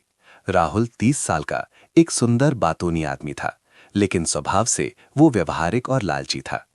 5 साल पहले जब उसे पता चला कि प्रिया गर्भवती है, तो उसने उसे छोड़ दिया था, सिर्फ इसलिए कि वो जिम्मेदारी से डरता था और एक अमीर लड़की के पीछे भाग गया था। कुछ समय बाद उसकी जिंदगी वैसी नहीं रही जैसी उसने सोची थी। उसका कारोबार विफल हो गया और वो कर्ज में डूब गया। जब उसने सुना कि प्रिया अचानक देश के एक शीर्ष अरबपति के साथ जुड़ी हुई है, तो उसके अंदर लालच और ईर्ष्या जाग उठी। राहुल ने सोचा कि ये उसकी किस्मत बदलने का सुनहरा मौका है। उसने प्रिया को ढूंढने का फैसला किया। उस दिन जब प्रिया बन्नी के साथ फूलों के बगीचे में खेल रही थी, राहुल अचानक प्रकट हुआ। उसने एक शानदार पोशाक पहनी हुई थी और उसके हाथ में लाल गुलाब का एक बड़ा गुलदस्ता था। प्रिया, बहुत समय हो गया, तुम कैसी हो? राहुल मुस्कुराया। उसकी आवाज पहले की तरह मीठी थी। राहुल को देखकर प्रिया सन्न रह गई। वो चेहरा जिसे वो पिछले 5 सालों से भूलने की कोशिश कर रही थी, उसकी आंखों के सामने आ गया। सारी दर्दनाक यादें ताजा हो गई। तुम यहां क्या कर रहे हो? प्रिया एक कदम पीछे हटी, अब चेतन रूप से बन्नी को ढकते हुए। मैं तुमसे और बेटे से मिलने आया हूं। मुझे माफ कर दो प्रिया। इतने सालों से मुझे बहुत पछतावा हो रहा है। मैं जानता हूं मैंने गलती की। मैंने तुम्हें हर जगह ढूंढा। क्या तुम मुझे माँ बेटे की भरपाई करने का एक मौका दे सकती हो? राहुल ने एक उत्तम नाटक किया। उसकी आंखों में दर्द और ईमानदारी का दिखावा था। बन्नी ने अजनबी आदमी को हैरानी से देखा और मां की साड़ी का पल्लू पकड़कर पूछा, मां, ये अंकल कौन है? प्रिया के जवाब देने से पहले ही राहुल नीचे झुका और दोस्ताना बनने की कोशिश की। नमस्ते बेटा, बन्नी, मैं तुम्हारा पापा हूं। ये वाक्य प्रिया के कानों में बिजली की तरह कड़का। वो गुस्से से कांपने लगी। चुप रहो, तुम्हें ऐसा कहने का कोई हक नहीं है। तुम इसके पापा नहीं हो। तभी अर्जुन दूर से आता हुआ दिखाई दिया। उसने ये नज़ारा देखा, उसकी भौहें थोड़ी तन गईं। उसे नहीं पता था कि वो आदमी कौन है, लेकिन प्रिया के रवैये को देखकर वो समझ गया कि ये कोई सुखद मुलाकात नहीं है। राहुल ने अर्जुन को देखा। उसकी आंखों में एक विजयी चमक थी। उसने जानबूझकर और जोर से कहा, प्रिया, मेरे साथ ऐसा व्यवहार मत करो। आखिर मैं इस बच्चे का बाप हूं, या अब जब तुम्हें कोई नया अमीर आदमी मिल गया है तो तुम अतीत से छुटकारा पाना चाहती हो? राहुल के उकसावे भरे शब्दों ने प्रिया का चेहरा पीला कर दिया। वो जानती थी कि वो जानबूझकर गलतफहमी पैदा कर रहा है। अर्जुन आगे बढ़ा, प्रिया के बगल में खड़ा हो गया। उसकी ठंडी नजरें राहुल पर थीं। तुम कौन हो, मैं कौन हूं, ये महत्वपूर्ण नहीं है। महत्वपूर्ण ये है कि मैं इस बच्चे का बाप हूं। राहुल ने बन्नी की ओर इशारा किया। और तुम, भले ही तुम अरबपति हो, तुम बस बाद में आए हो। उसने जानबूझकर अफवाह फैलाने और अर्जुन के मन में संदेह का बीज बोने की कोशिश की। वो जानता था कि अर्जुन जैसे अमीर लोग हमेशा शक्की होते हैं और धोखा खाने से डरते हैं, खासकर प्यार के मामलों में। चले जाओ यहां से, मैं तुम्हें देखना नहीं चाहती, प्रिया चिल्लाई। उसकी आंखों में आंसू थे। ठीक है, मैं जा रहा हूं, लेकिन मैं वापस आऊंगा। प्रिया, मैं हार नहीं मानूंगा। राहुल ने यह कहकर अर्जुन को एक अर्थपूर्ण नजर से देखा और फिर मुड़कर चला गया। माहौल बहुत अजीब हो गया। अर्जुन ने प्रिया को देखा। उसका चेहरा पीला पड़ गया था। उसके होंठ कसकर भिंचे हुए थे। बन्नी डरा हुआ मां के पैरों से लिपटा हुआ था। वो बन्नी का बाप है? अर्जुन ने पूछा। उसकी आवाज में कुछ अलग था। प्रिया ने सिर हिलाया। उसकी आवाज भर्रा गई। नहीं, वो बस मेरा पूर्व प्रेमी है। जब उसे पता चला कि मैं गर्भवती हूं तो उसने मुझे छोड़ दिया था। हालांकि प्रिया ने समझा दिया था, लेकिन अर्जुन के मन में एक लहर सी उठी। संदेह का बीज चाहे कितना भी छोटा हो, बोया जा चुका था। क्या प्रिया की कहानी पूरी तरह से सच है? क्या वो किसी और मकसद से उसके पास आई है? ये विचार उसके दिमाग में कौंधे और उसे असहज कर दिया। इस अनचाही मुलाकात ने शांति को भंग कर दिया था और उनके नवजात रिश्ते में पहली दरार पैदा कर दी थी। राहुल के आने से रिसॉर्ट में एक भूतिया साया मंडराने लगा। शुरुआती दिनों की खुशनुमा माहौल की जगह एक अजीब सी खामोशी ने ले ली थी। प्रिया और भी चुप रहने लगी और अर्जुन, हालांकि वो सामान्य दिखने की कोशिश कर रहा था, लेकिन उसका मन विचारों से भरा हुआ था। मामले को और बिगाड़ने के लिए प्रिया की पुरानी दोस्त नेहा भी अचानक आ गई। नेहा हाई स्कूल में प्रिया की सबसे अच्छी दोस्त हुआ करती थी। वो सुंदर, आकर्षक थी, लेकिन ईर्ष्या और साजिश से भरी हुई थी। वो हमेशा प्रिया से मन ही मन जलती थी, क्योंकि प्रिया गरीब होने के बावजूद बहुतों को प्यारी थी। जब उसे पता चला कि राहुल ने प्रिया को छोड़ दिया है, तो नेहा ने उसे सांत्वना देने के बजाय खुशी मनाई। उसी ने चुपके से राहुल से संपर्क किया था जब उसने सुना कि प्रिया को एक अरबपति ने पसंद कर लिया है। दोनों ने मिलकर एक योजना बनाई थी। नेहा प्रिया के कमरे में चिंता और झूठी सहानुभूति का चेहरा लेकर आई। प्रिया, हे भगवान, आखिरकार तुम्हें ढूंढ ही लिया। मैंने सुना तुम यहां हो। बहुत चिंता हो रही थी, इसलिए तुरंत मिलने आ गई। नेहा ने प्रिया को गले लगा लिया। प्रिया हैरान थी, लेकिन थोड़ी भावुक भी हो गई। उसे और नेहा को संपर्क किए हुए बहुत समय हो गया था। तुम्हें कैसे पता चला कि मैं यहां हूं? बस इत्तेफाक से। सुनो, मैंने सुना कि वो राहुल तुम्हें ढूंढने आया था। नेहा सीधे मुद्दे पर आई। उस जैसे आदमी पर विश्वास मत करना। उस साल तुम्हें छोड़ दिया। अब जब तुम्हें किसी अमीर के साथ खुश देख रहा है तो वापस आकर परेशान कर रहा है। नेहा की बातें प्रिया के मन को छू गईं। उसे लगा कि कोई है जो उसे समझता है। मैं जानती हूं, मैंने उसे भगा दिया। नेहा ने सिर हिलाया, लेकिन फिर हिचकिचाते हुए बोली, लेकिन प्रिया, एक बात है जो मुझे नहीं पता कि कहनी चाहिए या नहीं। मुझे डर है कि तुम दुखी हो जाओगी। क्या बात है, तुम कहो। दरअसल हाल ही में मेरी राहुल से मुलाकात हुई। उसने मुझे बहुत कुछ बताया। उसने कहा कि उस साल उसे छोड़ने का एक कारण था क्योंकि उसके परिवार पर मुसीबत आ गई थी। वो तुम माँ बेटे पर बोझ नहीं बनना चाहता था। उसने कहा कि वो अभी भी तुमसे बहुत प्यार करता है और बन्नी सच में उसका बेटा है। नेहा ने कहा। उसकी नज़रें प्रिया की प्रतिक्रिया पर थीं। प्रिया सन्न रह गई। नहीं हो सकता। वो झूठ बोल रहा है। मुझे भी ऐसा ही लगा, लेकिन वो रो रो कर कसम खा रहा था। उसने ये भी कहा, उसने कहा कि तुम एक बेहतर जिंदगी के लिए अध्यक्ष अर्जुन खन्ना के पास गई हो। उसने कहा कि तुम उनकी अच्छाई का फायदा उठा रही हो। नेहा ने अपनी आवाज धीमी कर ली, जैसे वो अनिच्छा से ये बता रही हो। नेहा की बातें प्रिया के दिल में हजारों चाकुओं की तरह चुभ गईं। उसे विश्वास नहीं हो रहा था कि राहुल उसे बदनाम करने के लिए इतनी भयानक बातें कर सकता है। उसने ऐसा कहने की हिम्मत कैसे की? प्रिया कांप उठी। चलो, तुम दुखी मत हो, मैं जानती हूं तुम ऐसी नहीं हो। नेहा ने उसे सांत्वना दी। शायद वो जलन में ऐसा बकवास कर रहा है। वैसे अध्यक्ष को इस बारे में पता है? मैंने उन्हें समझा दिया है। सिर्फ समझाने से काफी नहीं होगा। प्रिया, नेहा ने समझदारी दिखाते हुए कहा, अमीर आदमी बहुत शक्की होते हैं। तुम्हें उन्हें साबित करना होगा कि तुम्हारा प्यार सच्चा है। क्यों ना तुम उनसे राहुल के प्रोजेक्ट में निवेश करने की बात करो। राहुल कह रहा था कि उसके पास एक बहुत अच्छा प्रोजेक्ट है, बस पूंजी की कमी है। अगर तुम उसकी मदद करोगी तो तुम पुराने प्यार का कर्ज भी चुका दोगी। और अध्यक्ष को यह भी साबित कर दोगी कि तुम पैसे की लालची नहीं हो, क्योंकि तुम तो अपने पूर्व प्रेमी की मदद करना चाहती हो। नेहा की साजिश बहुत गहरी थी। वो प्रिया का इस्तेमाल करके अर्जुन का पैसा ठगना चाहती थी और साथ ही एक ऐसा जाल बनाना चाहती थी जिससे अर्जुन को विश्वास हो जाए कि प्रिया अभी भी अपने पूर्व प्रेमी से मिलती है और उसकी मदद करना चाहती है। लेकिन अपनी मासूमियत में प्रिया ये समझ नहीं पाई। वो बस उलझन में पड़ गई।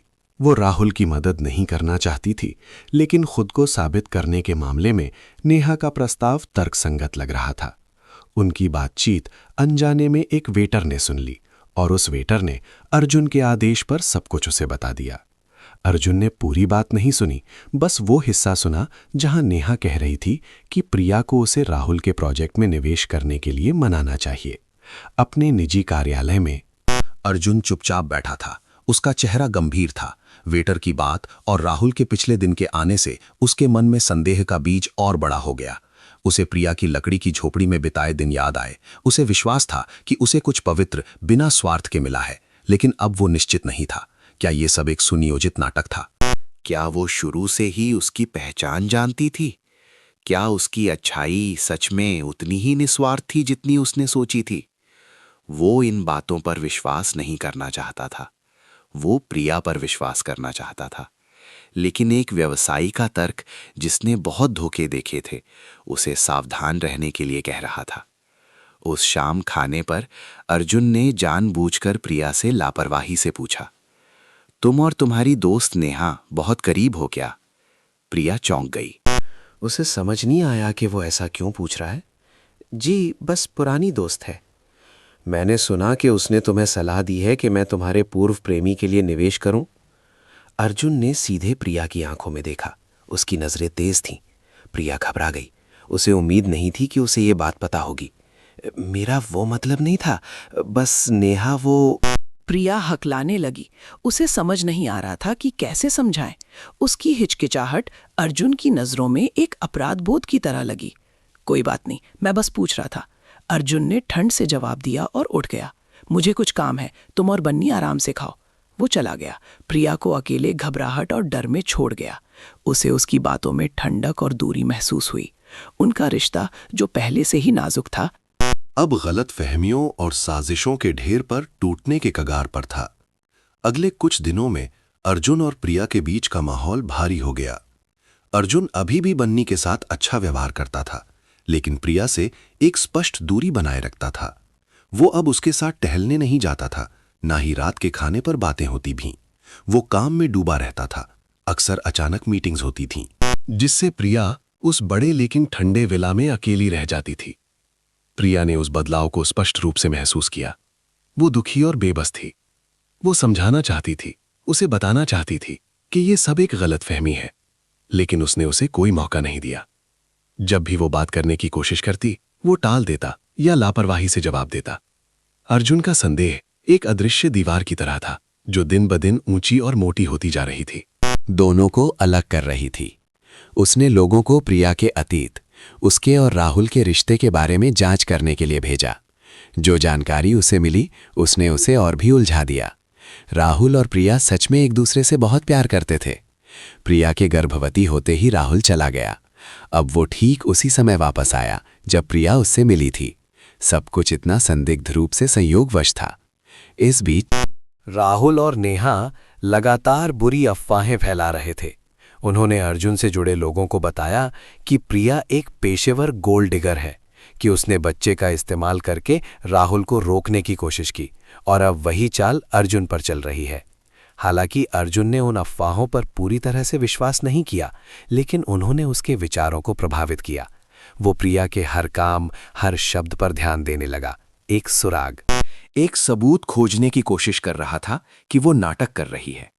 अर्जुन के बदलाव को सिर्फ प्रिया ने ही नहीं, बल्कि बन्नी ने भी महसूस किया। वो बच्चा समझ नहीं पा रहा था कि अर्जुन अंकल आजकल कम क्यों हंसते हैं और उसके और माँ के साथ कम क्यों खेलते हैं। एक शाम जब प्रिया बन्नी को कहानी सुना रही थी, तो बच्चे ने अचानक पूछा, माँ, क्या अर्जुन अंकल माँ से नाराज हैं? प्रिया चौंक गई। उसने अपना दुख छिपाने की कोशिश की। नहीं बेटा, अंकल बस काम में व्यस्त हैं। नहीं, बन्नी ने सिर हिलाया। उसकी साफ आंखें माँ को देख रही थीं। आज मैंने नौकरानी को फोन पर बात करते सुना। वो कह रही थी कि माँ ने अर्जुन अंकल को धोखा दिया है। धोखा क्या होता है माँ?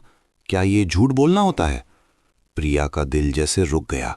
उसे उम्मीद नहीं थी कि ये कड़वी बातें उसके बेटे के कानों तक पहुंचेंगी। उसने बन्नी को कसकर गले लगा लिया। उसका गला रुंध गया। वो कुछ बोल नहीं पा रही थी। माँ ने किसी से झूठ नहीं बोला।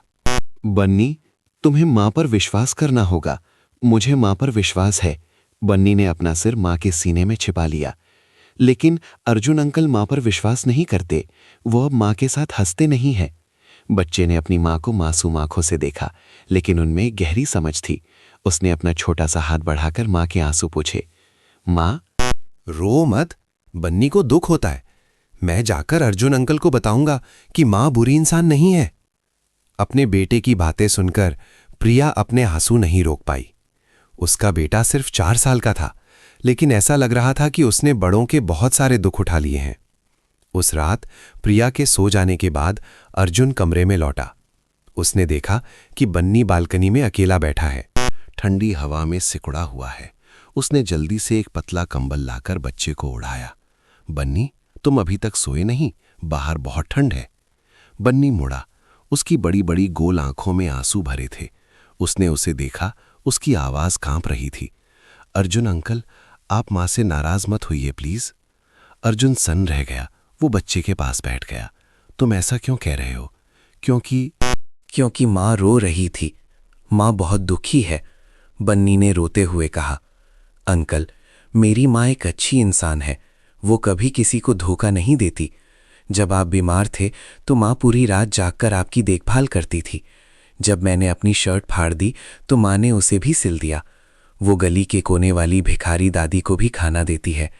अच्छे लोग धोखेबाज नहीं होते, है ना अंकल? बन्नी के हर शब्द छोटे हथौड़ों की तरह थे, लेकिन उनमें अर्जुन के दिल में बनी पूर्वाग्रह और संदेह की दीवार को तोड़ने की जबरदस्त ताकत थी। उसने बच्चे की साफ, बिना किसी झूठ की आंखों में गहराई से देखा। बच्चे झूठ नहीं बोलते। एक बच्चे के मुंह से निकला सच हमेशा सबसे पवित्र सच होता है। उसने ये क्या कर दिया? उसने उस औरत पर शक किया जिसने उसकी जान बचाई थी।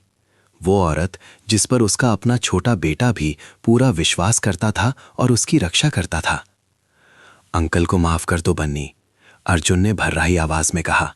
यह अंकल की गलती थी। उसने बन्नी को गले लगा लिया। अपराध बोध और पछतावे की भावना ने उसे घेर लिया। उसे एहसास हुआ कि वो बहुत हठधर्मी, बहुत तर्कसंगत हो गया था और अपने दिल की आवाज को भूल गया था। उसने बाहरी अफवाहों को अपने विश्वास को डिगाने दिया। उस अच्छाई पर जो उसने अपनी आंखों से देखी थी, उसने फैसला किया कि कल वो प्रिया से साफ साफ बात करेगा। उसे उससे माफी मांगनी होगी और उसके साथ हर चीज का सामना करना होगा। वो इन गंदी साजिशों को, इस कीमती रिश्ते को बर्बाद नहीं करने दे सकता।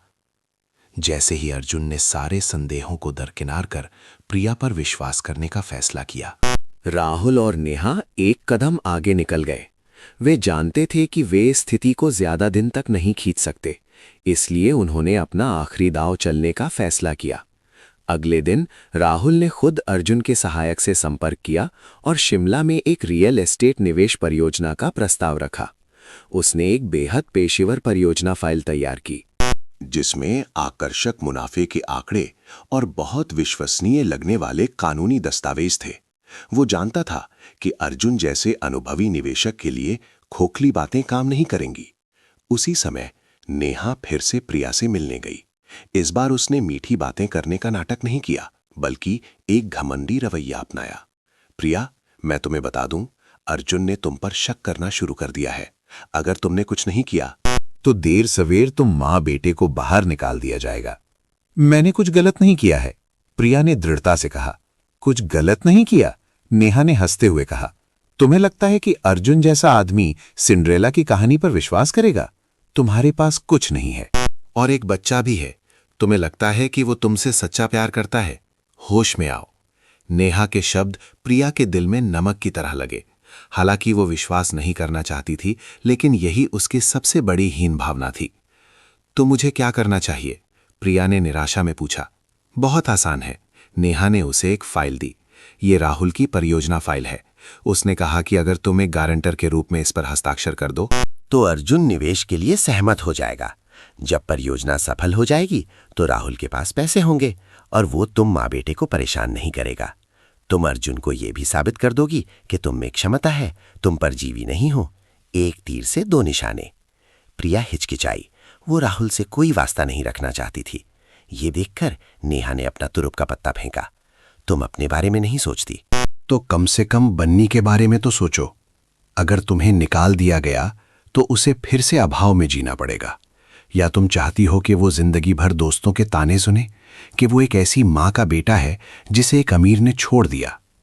उस बात ने प्रिया की सबसे बड़ी कमजोरी पर चोट की। वो हर दुख सह सकती थी, लेकिन अपने बेटे को चोट पहुंचते नहीं देख सकती थी। उसने फाइल को देखा। उसका दिमाग उलझ गया। शायद नेहा सही कह रही है। बस एक हस्ताक्षर और सारी परेशानियां हल हो जाएंगी। मैं सोचूंगी।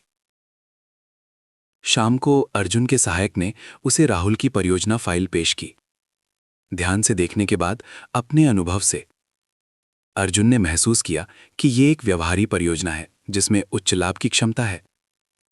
हालांकि वो अभी भी थोड़ा हिचकिचा रहा था, क्योंकि इस परियोजना के पीछे राहुल था। तभी उसे एक अनजान नंबर से एक संदेश मिला। संदेश में एक तस्वीर थी जिसमें प्रिया राहुल की परियोजना फाइल पकड़े हुई थी। उसके चेहरे पर गहरी सोच थी, साथ में एक संदेश था। वो अपने पूर्व प्रेमी की मदद करने के लिए हर संभव कोशिश कर रही है अध्यक्ष।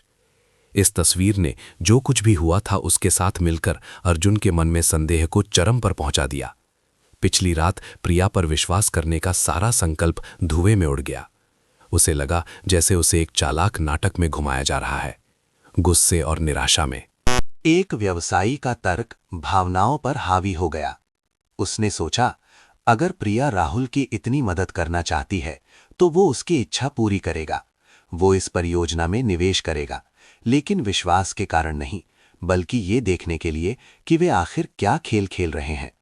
उसने अपने सहायक को बुलाया और ठंडे स्वर में आदेश दिया, अनुबंध तैयार करो। राहुल की तरफ से कहो कि मैं निवेश के लिए सहमत हूं।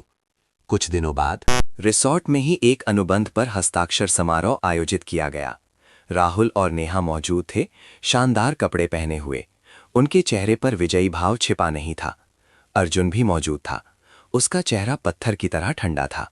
प्रिया को आमंत्रित नहीं किया गया था, लेकिन नेहा ने उसे ये कहकर धोखा दिया कि वो दोस्त की सफलता का जश्न मनाने आए।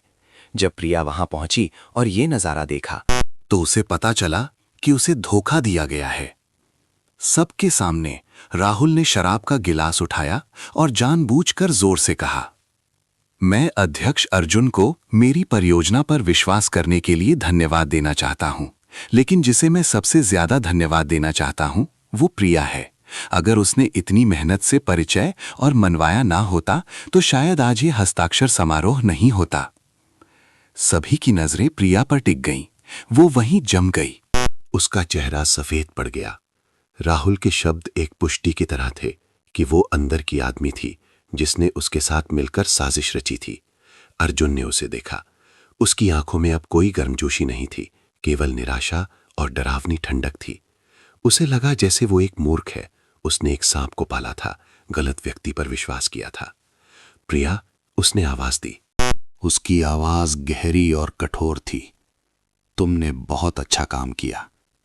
ये वाक्य हजारों गालियों से ज्यादा दर्दनाक था। प्रिया ने सिर हिलाया, आंसू बह निकले। ऐसा नहीं है, मैंने नहीं किया। मुझे धोखा दिया गया है, लेकिन किसी ने उसकी बात पर विश्वास नहीं किया। उनकी नजरों में वो बस एक धोखेबाज थी जो अपना नाटक पूरा कर रही थी। राहुल और नेहा पास खड़े होकर मुस्कुरा रहे थे। उनकी योजना पूरी तरह से सफल हो गई थी। उन्होंने न केवल एक बड़ी रकम ठग ली थी, बल्कि प्रिया और अर्जुन के रिश्ते को भी बर्बाद कर दिया था। प्रिया को अपमान के गर्त में धकेल दिया था। जाल बिछ चुका था और प्रिया बीच में फंस गई थी। बाहर निकलने का कोई रास्ता नहीं था। अनुबंध पर हस्ताक्षर समारोह की घटना प्रिया के लिए एक मौत की सजा की तरह थी। उसे सभी लोग घृणा की दृष्टि से देख रहे थे। अर्जुन ने उससे एक शब्द भी नहीं कहा, बस चुपचाप चला गया। उसकी खामोशी उसके गुस्से से ज्यादा डरावनी थी। प्रिया विला में एक बेजान शरीर की तरह लौटी। वो जमीन पर बैठ गई। आंसू लगातार बह रहे थे। सब कुछ ऐसा क्यों हो गया? उसने क्या गलत किया था?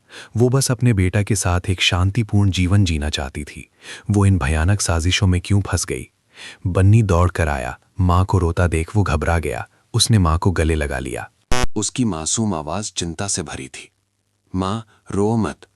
माँ रोती है तो बन्नी को भी दुख होता है। बन्नी, माँ क्या करे? प्रिया ने सिसकते हुए अपने बेटे को ऐसे गले लगाया जैसे वो उसका एकमात्र सहारा हो। माँ ने कुछ गलत नहीं किया है, बन्नी ने दृढ़ता से कहा।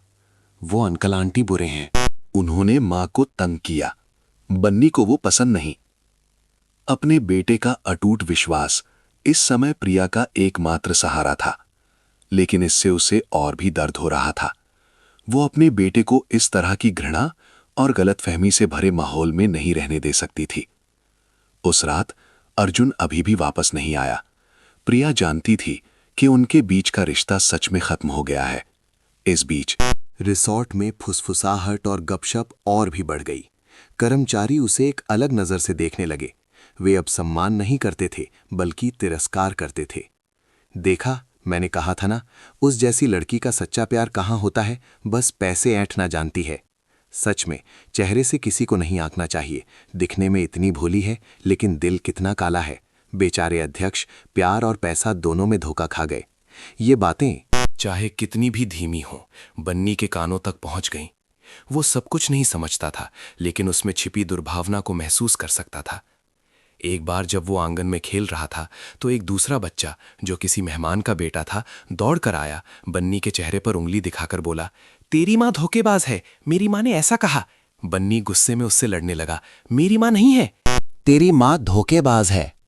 दोनों बच्चों में हाथापाई हुई। बन्नी छोटा था, इसलिए उसे धक्का देकर गिरा दिया गया। उसके घुटने छिल गए। वो दर्द से नहीं, बल्कि अपमान से रो रहा था। वो रोता हुआ अपनी माँ के पास भागा। उसका चेहरा आंसुओं से सना हुआ था। प्रिया ने अपने बेटे के घाव को देखा। उसका दिल कट गया। उसके बेटे का शारीरिक दर्द उस मानसिक पीड़ा के सामने कुछ भी नहीं था जो वो झेल रहा था।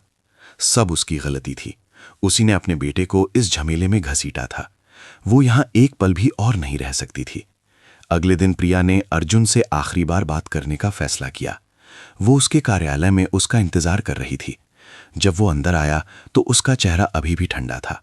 बिना किसी भावना के, मुझे आपसे बात करनी है। प्रिया ने पूरी हिम्मत जुटाई। कहने के लिए कुछ नहीं है, अर्जुन ने उसे देखे बिना जवाब दिया।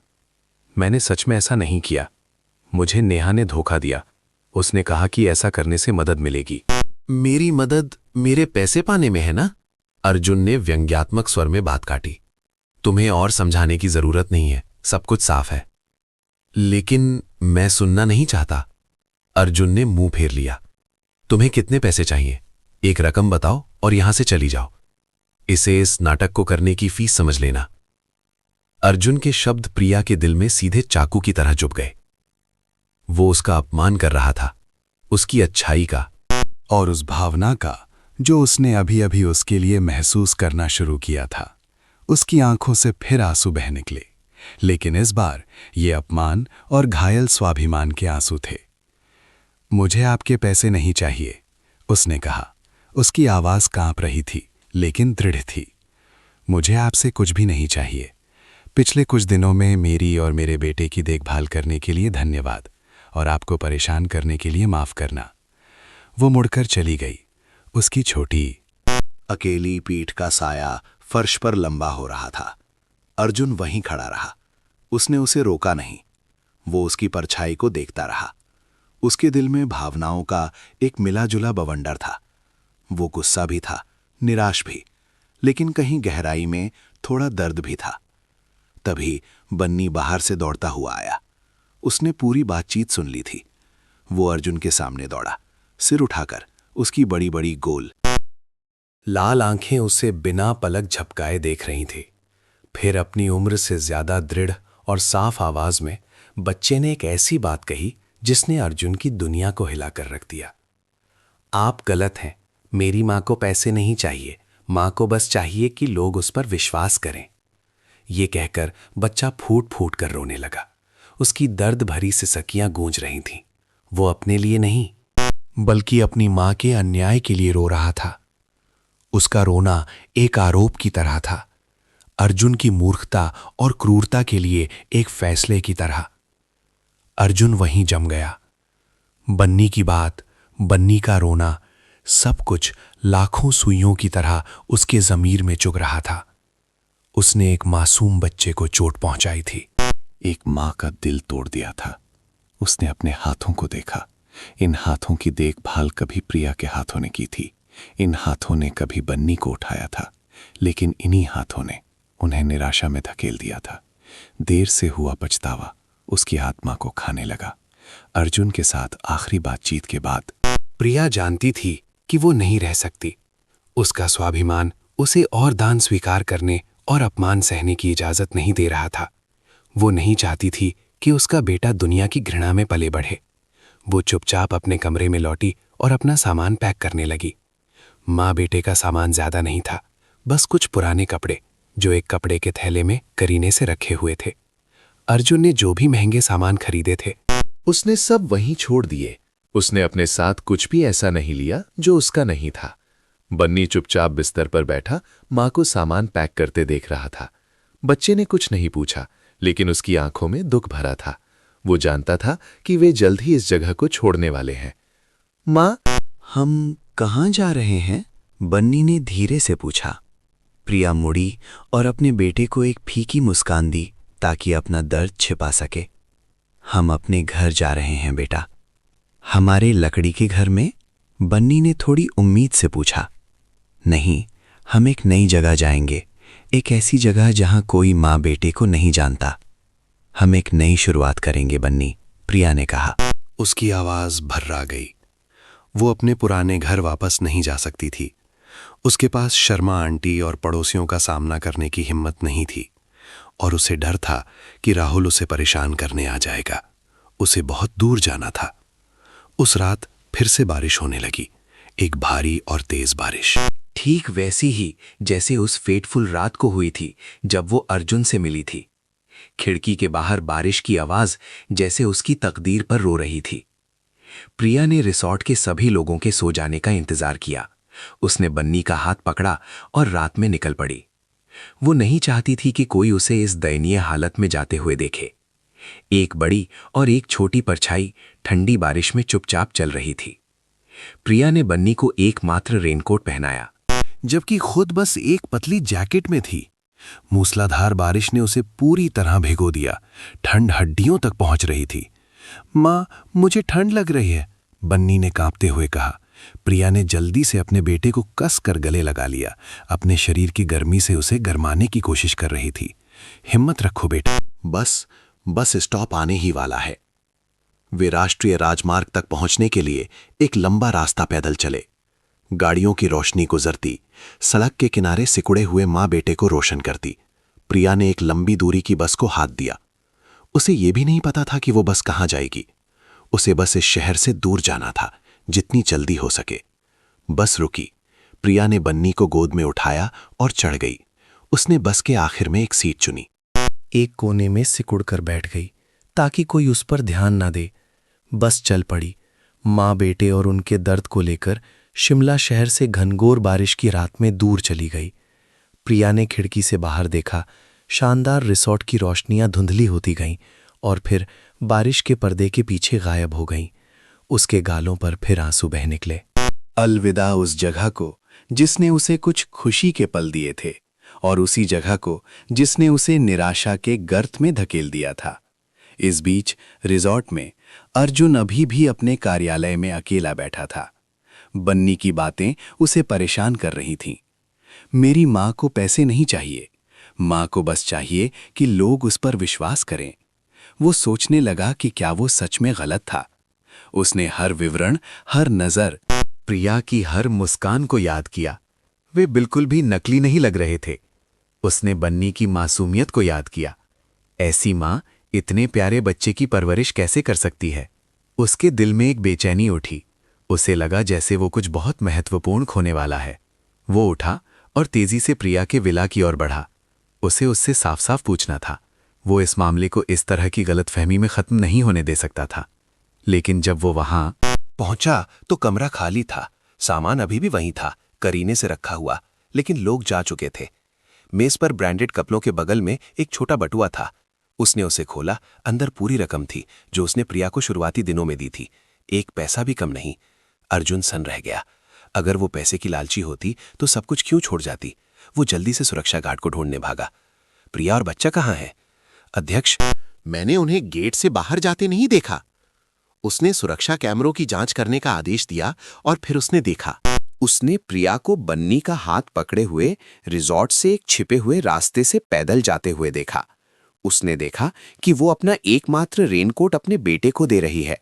उसने देखा कि माँ बेटा रात की बारिश में कितने छोटे और अकेले लग रहे हैं। उसका दिल जैसे किसी ने निचोड़ दिया हो। उसने ये क्या कर दिया? उसने उस औरत को जिसने उसकी जान बचाई थी और उसके छोटे बेटे को ऐसी तूफानी रात में सड़क पर धकेल दिया। वो एक कृतघ्न, एक क्रूर व्यक्ति था। जल्दी गाड़ी तैयार करो। उसने ड्राइवर पर चिल्लाया। उसे उन्हें ढूंढना था। उसे किसी भी कीमत पर उन्हें ढूंढना था। वो उन्हें अपनी जिंदगी से ऐसे गायब नहीं होने दे सकता था। वो बारिश में भागा। उसका दिल पछतावे और डर से भरा था, लेकिन उसे नहीं पता था कि वे कहाँ गए हैं, इस बड़ी दुनिया में कहाँ। अगली सुबह खन्ना ग्रुप के अर्जुन खन्ना द्वारा एक गुमनाम कंपनी की रियल एस्टेट परियोजना में भारी निवेश करने की खबर व्यापार जगत में फैल गई। विश्लेषकों का मानना था कि ये एक जोखिम भरा और समझ से परे निवेश निर्णय था। खन्ना ग्रुप के शेयरों की कीमत में हल्की गिरावट आने लगी। बैठक कक्ष में तनावपूर्ण माहौल था। बड़े शेयरधारक अर्जुन से उसके फैसले के बारे में लगातार सवाल कर रहे थे। अध्यक्ष खन्ना, क्या आप बता सकते हैं कि हमने राहुल एंटरप्राइजेज जैसी अज्ञात कंपनी की एक अस्पष्ट परियोजना में इतनी बड़ी पूंजी लगाई? हमारी जांच के अनुसार ये कंपनी अभी अभी बनी है, कोई अनुभव नहीं है और वित्तीय स्थिति भी बहुत कमजोर है। ये एक जुए से कम नहीं है। अर्जुन चुपचाप बैठा रहा। उसके चेहरे पर कोई भाव नहीं था। लेकिन उसका दिल बेचैन था। उसे कंपनी के दबाव का सामना करना पड़ रहा था और प्रिया को भगाने के अपराध बोध से भी निपटना पड़ रहा था। पूरी रात उसने लोगों को हर जगह ढूंढने भेजा था, लेकिन माँ बेटे का कोई सुराग नहीं मिला था। सब लोग शांत रहें, मेरे पास मेरे कारण हैं। मैं इस फैसले की पूरी जिम्मेदारी लूंगा। अर्जुन ने सबको शांत करने के लिए दृढ़ता से कहा। लेकिन वो खुद भी निश्चित नहीं था। उसने गुस्से और निराशा में तर्क को नजरअंदाज करते हुए बहुत जल्दबाजी में अनुबंध पर हस्ताक्षर किए थे। तभी उसका सहायक घबराया हुआ अंदर आया। उसका चेहरा पीला पड़ गया था। उसने अर्जुन के कान में फुसफुसाया, अध्यक्ष, बड़ी गड़बड़ हो गई है। जो पैसा हमने अभी राहुल एंटरप्राइजेस के खाते में ट्रांसफर किया था, वो पूरी तरह से निकाल लिया गया है और विदेश भेज दिया गया है। उनके निदेशक राहुल नाम का आदमी और नेहा नाम की एक औरत गायब हो गए हैं। ये जानकारी अर्जुन के चेहरे पर ठंडे पानी की तरह पड़ी। वो सन रह गया। धोखाधड़ी, ये सब एक सुनियोजित धोखाधड़ी थी। वो परियोजना, वे दस्तावेज, सब कुछ नकली था। उसे राहुल और नेहा ने एक बड़ी रकम का धोखा दिया था, लेकिन जो चीज उसे पैसे खोने से ज्यादा दर्द दे रही थी, वो थी सच्चाई का एहसास। प्रिया निर्दोष थी। वो भी एक शिकार थी जिसे उसके पूर्व प्रेमी और सबसे अच्छी दोस्त ने इस्तेमाल किया और फंसाया था। उसने उसे गलत समझा था, उसका अपमान किया था, उसे निराशा के कगार पर धकेल दिया था। उसके सारे आरोप, सारे संदेह अब चाकू बनकर उसी के ज़मीर में चुभ रहे थे। पछतावा और अपराध बोध उसे डुबोने को तैयार थे। तुरंत सभी संबंधित संपत्तियों को सील कर दो। अधिकारियों को सूचित करो, किसी भी कीमत पर उन दोनों को ढूंढो। अर्जुन ने आदेश दिया। उसकी आवाज में गुस्सा और नफरत थी। पूरा बैठक कक्ष में हंगामा मच गया। ये धोखाधड़ी खन्ना ग्रुप के लिए एक बड़ा झटका था। अर्जुन बैठक कक्ष से बाहर निकला। उसका दिमाग खाली था। उसने अपने सुरक्षा दल को फोन किया, प्रिया और बन्नी को ढूंढना जारी रखो, सभी को लगा दो। पूरे देश को छान मारो, लेकिन उन्हें मेरे लिए ढूंढो। वो जानता था कि खोया हुआ पैसा वापस पाना महत्वपूर्ण था, लेकिन प्रिया और बन्नी को ढूंढकर एक माफी मांगना, उन चोटों की भरपाई करना जो उसने दी थीं, 1000 गुना ज्यादा महत्वपूर्ण था। वो खाली विला में वापस आया। सब कुछ वैसा ही था जैसा प्रिया के जाने के समय था। उसने बन्नी का पुराना टेडी बियर उठाया जो बच्चा भूल गया था। उसे उसकी हंसी याद आई। उसकी दिल दहला देने वाली बात याद आई। मां को बस चाहिए कि लोग उस पर विश्वास करें। उसने उस पर विश्वास नहीं किया था। वो कुर्सी पर बैठ गया, दोनों हाथों से अपना सिर पकड़ लिया। अपनी जिंदगी में पहली बार शक्तिशाली, ठंडे अध्यक्ष अर्जुन खन्ना ने खुद को इतना बेबस और असफल महसूस किया। वो एक विशाल समूह चला सकता था, लेकिन उस औरत की रक्षा नहीं कर सका जिसे वो प्यार करता था। वो अच्छाई में अपना विश्वास नहीं रख सका। वो गलत था, सच में गलत। इस बीच एक दूर के छोटे से शहर में प्रिया को एक साधारण रेस्टोरेंट में बर्तन धोने का काम मिल गया था। उसने एक जर्जर नम किराए का कमरा लिया था। जिंदगी फिर से कठिनाई और अभाव में लौट आई थी, लेकिन प्रिया ने कोई शिकायत नहीं की। उसके लिए बस अपने बेटे के साथ रहना, एक शांतिपूर्ण जीवन जीना बिना किसी के तिरस्कार के, एक खुशी थी। बन्नी भी जैसे हालात समझ गया था। बच्चे ने नए खिलौनों की मांग नहीं की, अच्छे खाने के लिए जिद नहीं की। वो बस चुपचाप अपनी माँ के पास बैठकर कागज पर टेढ़े मेढ़े चित्र बनाता रहता। एक दिन बर्तन धोते समय प्रिया ने रेस्टोरेंट में टीवी पर चल रही खबर सुनी। खन्ना ग्रुप की अरबों की धोखाधड़ी की खबर से सनसनी फैल गई है। 2 मुख्य संदिग्ध राहुल और नेहा विदेश भाग गए हैं। सूत्रों के अनुसार इस मामले में एक महिला पीएम नाम की का भी हाथ है, जिसने कथित तौर पर इन दोनों की मदद की। प्रिया के हाथ से प्लेट गिरकर टूट गई। वो टीवी स्क्रीन को देखती रह गई। राहुल और नेहा के चेहरे साफ दिख रहे थे, और जिस महिला पीएम का वे जिक्र कर रहे थे वो कोई और नहीं, वो खुद थी। तो यहां तक भागने के बाद भी वो धोखेबाज सह अपराधी के ठप्पे से नहीं बच पाई। ये अन्याय का बोझ कब धुलेगा? उसका दिल भारी हो गया। उसने खिड़की से बाहर देखा। चरे लाट बाट 2 लसफत मुरा जरियू येन्यू करन्यू मुरा वन कजू देव बाम्स लई सो फंडो को खचूबून था। धोखाधड़ी ने खन्ना ग्रुप को हिलाकर रख दिया। अर्जुन की प्रतिष्ठा पर गंभीर असर पड़ा। उसे संकट से निपटने के लिए दिन रात काम करना पड़ा।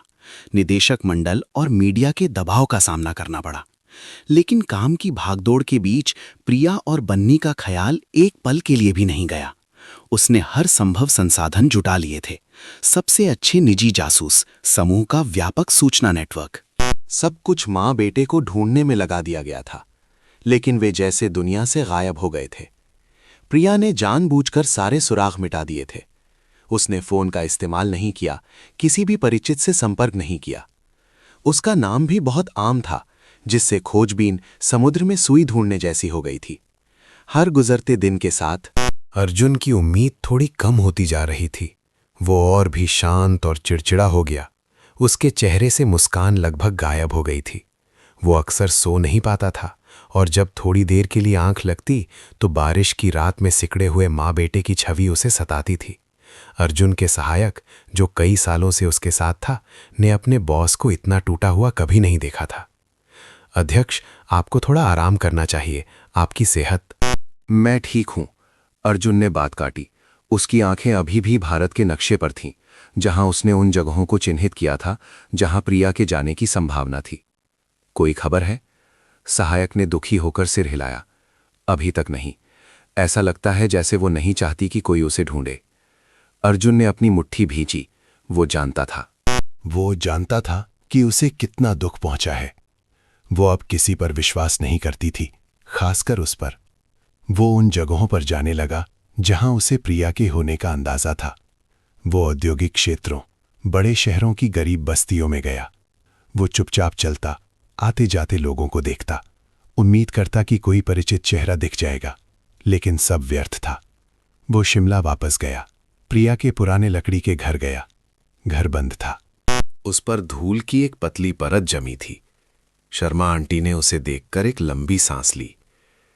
तुम प्रिया और उसके बेटे को ढूंढ रहे हो? वो चली गई, किसी को कुछ बताए बिना। आंटी, क्या आप जानती हैं कि वे कहाँ गए हैं?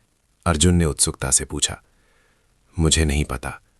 बेचारी लड़की इतनी भली और अच्छी है। लेकिन उसकी किस्मत ही खराब है। शायद वो उन गलत फहमियों से दुखी होकर चली गई। शर्मा आंटी ने अफसोस जताया। अर्जुन कुछ देर घर के सामने खड़ा रहा। वो कल्पना कर सकता था कि प्रिया किचन में काम कर रही है, बन्नी आंगन में खेल रहा है। इस जगह ने उसे कभी एक परिवार की गर्मजोशी का एहसास कराया था, लेकिन उसी ने उसे तोड़ दिया था। कई महीने बीत गए। पुरानी गलतफहमी की कहानी धीरे धीरे साफ हो गई। संबंधित पक्षों के सहयोग से गलती करने वालों को कानून के अनुसार सजा दी गई। प्रिया का सम्मान बहाल हो गया। प्रेस उसे एक जटिल मामले में निर्दोष महिला कहने लगी, लेकिन इसका कोई मतलब नहीं था जब वो उसे ढूंढकर माफी नहीं मांग सकता था। अपराध बोध ने अर्जुन को लगभग तोड़ दिया था। उसने प्रायश्चित के रूप में दान पुण्य करना शुरू कर दिया। उसने मुश्किल में फंसी एकल माताओं की मदद के लिए एक फाउंडेशन की स्थापना की, जिसका नाम गर्म बारिश रखा। उसे उम्मीद थी कि किसी दिन प्रिया ये सुनेगी और उसके पछतावे को जानेगी। वो कई आश्रय स्थलों ने गया, बच्चों को उपहार दिए। जब भी वो बन्नी की उम्र का कोई लड़का देखता, उसका दिल दुखता। वो सोचता कि बन्नी अब कैसा होगा। क्या उसे भरपेट खाना, गर्म कपड़े मिल रहे हैं? क्या उसे अर्जुन अंकल याद हैं? उसकी खोज एक अनिश्चित यात्रा बन गई, एक सजा जो उसने अपनी गलती के लिए खुद को दी थी।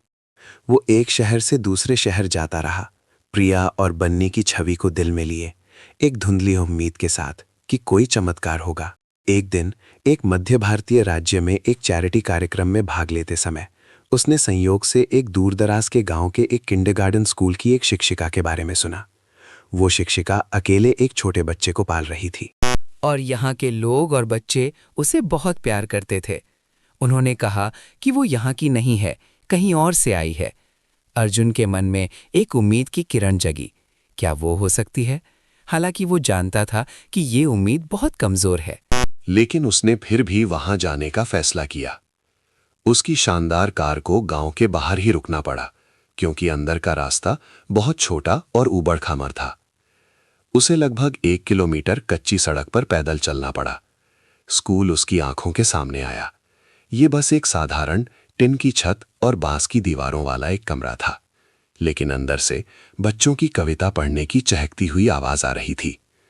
माँ स्कूल की हमारी प्यारी टीचर है। अर्जुन गेट पर चुपचाप खड़ा रहा। उसका दिल इतनी जोर से धड़क रहा था कि जैसे सीने से बाहर आ जाएगा। वो उत्साहित था, लेकिन डरा हुआ भी था। डर था कि वो नहीं होगी। डर था कि उसकी उम्मीद एक बार फिर टूट जाएगी। फिर क्लास का दरवाजा थोड़ा खुला। एक महिला की परछाई बाहर निकली। उसने एक सादी शर्क पहनी हुई थी। उसके लंबे काले बाल करीने से जूड़े में बंधे थे। वो पहले से दुबली हो गई थी। उसकी त्वचा धूप और हवा से सांवली हो गई थी, लेकिन अर्जुन ने उसे तुरंत पहचान लिया। वो प्रिया थी, वही थी। प्रिया को देखने के पल में समय जैसे रुक गया। अर्जुन स्कूल के गेट पर मूर्ति की तरह खड़ा रहा। उसके पैर जैसे जमीन में गड़ गए थे। उसने उससे फिर से मिलने के दृश्य की सैकड़ों बार कल्पना की थी, लेकिन जब यह सच में हुआ तो उसे समझ नहीं आया कि क्या करें। क्या कहे? तैयार की गई सारी माफी जैसे गले में ही अटक गई थी। प्रिया बच्चों को घर जाने से पहले कुछ निर्देश दे रही थी। उसका चेहरा धूप और हवा से सांवला हो गया था, लेकिन बच्चों के लिए उसकी मुस्कान अभी भी उतनी ही सौम्य और गर्मजोशी भरी थी।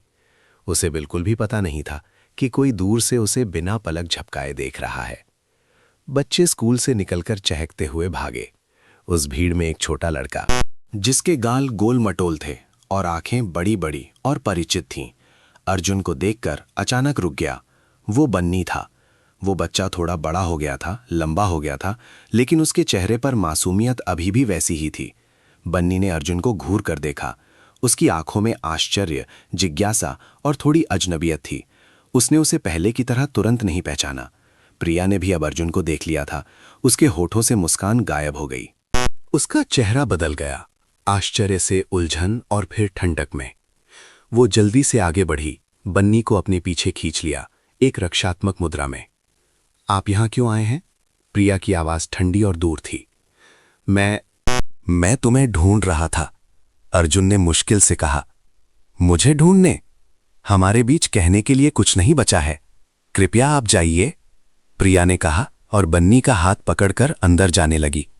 प्रिया, प्लीज मुझे बस 5 मिनट दो। अर्जुन आगे बढ़ा। उसकी आवाज में विनती थी। मैं तुमसे विनती करता हूं।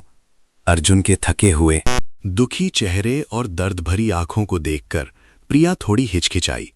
वो उस शक्तिशाली अध्यक्ष से बिल्कुल अलग दिख रहा था जिसे वो जानती थी। वो बहुत बूढ़ा लग रहा था। उसकी आंखों के नीचे काले घेरे थे। उसका शानदार सूट भी उसकी थकान को नहीं छिपा पा रहा था। उसने एक लंबी सांस ली और बन्नी से कहा, बन्नी, तुम क्लास में जाकर अपना बैग रख दो, माँ अभी आती है। बन्नी ने आज्ञाकारी रूप से सिर हिलाया, लेकिन जाने से पहले अर्जुन को एक बार और देखा और फिर अंदर भाग गया। अब बस वे दोनों ही बचे थे। माहौल खामोशी से भरा था।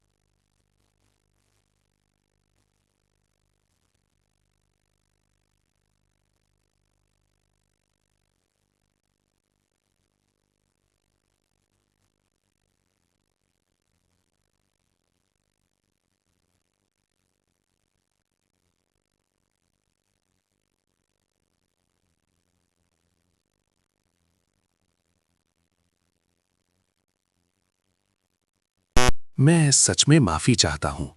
प्रिया चुप रही। उसने जवाब नहीं दिया, बस कहीं और देखने लगी। उसकी नजरें अनिश्चित थीं। पुरानी बातें सब साफ हो गई हैं, अर्जुन ने धीमी आवाज में कहना जारी रखा। सच्चाई सबके सामने आ गई है। तुम पर अब कोई गलतफहमी नहीं है। सब जानते हैं कि तुम निर्दोष हो।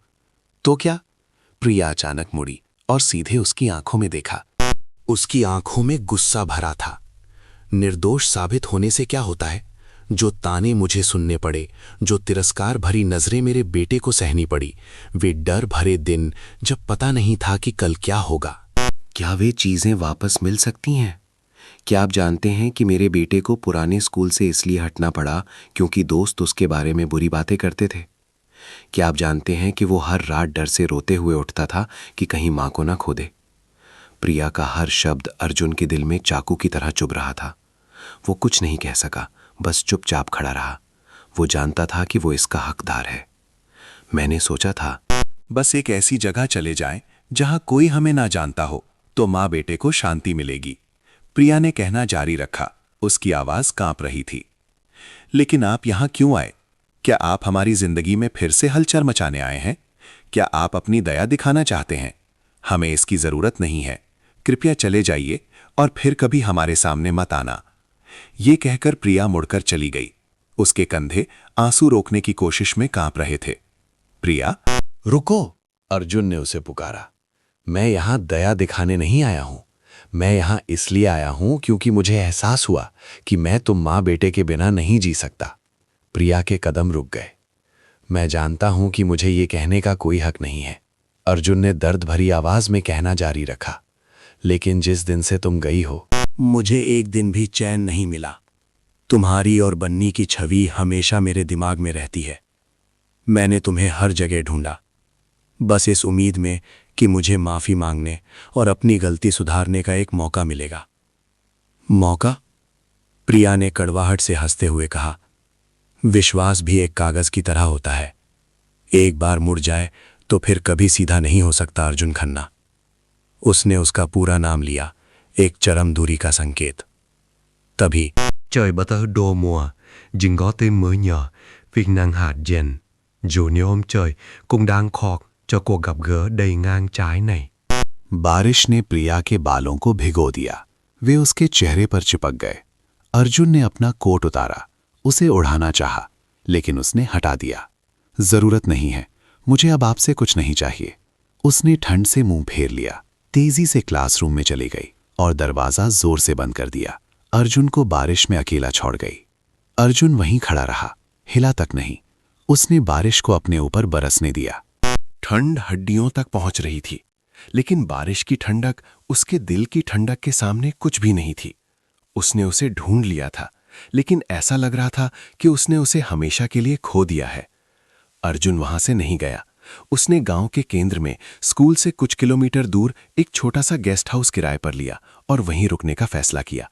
वो जानता था कि प्रिया उसे आसानी से माफ नहीं करेगी, लेकिन वो हार नहीं मान सकता था। हर दिन वो चुपचाप एक दूर कोने में खड़ा होकर प्रिया को पढ़ाते हुए, बन्नी को दोस्तों के साथ खेलते हुए देखता। वो पास नहीं जाता, परेशान नहीं करता, बस एक साए की तरह दूर से देखता रहता। उसने देखा कि माँ बेटे की जिंदगी अभाव में थी, लेकिन बहुत शांतिपूर्ण थी। प्रिया अपना सारा प्यार अपने छात्रों और बन्नी पर लुटाती थी। बन्नी भी नए माहौल में अच्छी तरह से घुल मिल गया था। वो बच्चा और भी मजबूत और समझदार हो गया था, लेकिन उसकी आंखों में कभी कभी एक अनकहा दुख झलकता था। प्रिया जानती थी कि अर्जुन अभी तक गया नहीं है। वो उसे हर दिन वहां खड़ा देखती थी। उसका मन बहुत उलझन में था। एक तरफ वो अभी भी उससे नाराज थी। जो कुछ भी हुआ था उससे अभी भी दुखी थी, लेकिन दूसरी तरफ उसकी दृढ़ता और दयनीय हालत देखकर उसे दया आ जाती थी। उसका दिल, जिसे उसने कसकर बंद करने की कोशिश की थी, उसके बारे में सोचते ही धड़क उठता था। कई दिन बीत गए। पहाड़ी इलाके का मौसम अचानक ठंडा हो गया। एक तेज ठंडी हवा का झोंका आया, जो अपने साथ घनघोर बारिश और नम हवा लेकर आया। उस रात बन्नी को अचानक तेज बुखार हो गया। वो बच्चा बिस्तर पर बेसुध पड़ा था। उसका शरीर जल रहा था और वो लगातार बेहोशी में माँ ठंड लग रही है कह रहा था। प्रिया बहुत चिंतित हो गई। उसने बच्चे को अपने साथ लाई बुखार की दवा दी, लगातार गर्म पट्टी करती रही, लेकिन बुखार कम नहीं हुआ। इस सुनसान जगह पर गांव का स्वास्थ्य केंद्र दूर था और रात में ऐसी बारिश और हवा में रास्ता फिसलन भरा और बहुत खतरनाक था। वो अकेली समझ नहीं पा रही थी कि क्या करे। डर और बेबसी ने उसे घेर लिया था। अपने बेटे को दिन ब दिन कमजोर होता देख प्रिया और इंतजार नहीं कर सकती थी। उसने अपनी जान जोखिम में डालकर बच्चे को स्वास्थ्य केंद्र ले जाने का फैसला किया। उसने बन्नी को कई परतें पहनाई, उसे एक मोटे कंबल में लपेटा और अपनी पेट पर लाद लिया। उसने जल्दी से एक रेनकोट पहना, टॉर्च ली और अंधेरी रात में बाहर निकल गई। बारिश मूसलाधार हो रही थी। हवा सरसरा रही थी।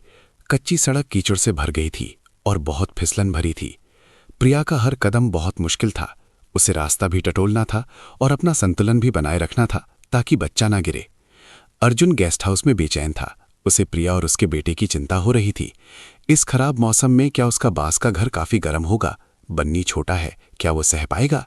वो शांत नहीं रह सका। उसने बारिश में जाकर देखने का फैसला किया। जब वो स्कूल के पास पहुंचा तो उसकी टॉर्च की कमजोर रोशनी सड़क पर पड़ी और फिर उसने एक ऐसा नजारा देखा जिससे उसका दिल रुक गया। प्रिया बन्नी को पीठ पर लादे लड़खड़ाते हुए बारिश में चल रही थी। उसका पैर फिसला और वो कीचड़ में गिर पड़ी। प्रिया! अर्जुन चिल्लाया। छाता फेंककर एक तीर की तरह दौड़ा। उसने प्रिया को उठाया। उसका शरीर ठंडा था, वो कांप रही थी। उसकी पीठ पर बन्नी का शरीर गर्म था, उसकी सांसें भारी थीं। बन्नी को बहुत तेज बुखार है, मुझे उसे स्वास्थ्य केंद्र ले जाना है, प्रिया ने रोते हुए निराशा भरी आवाज में कहा। मुझे दो।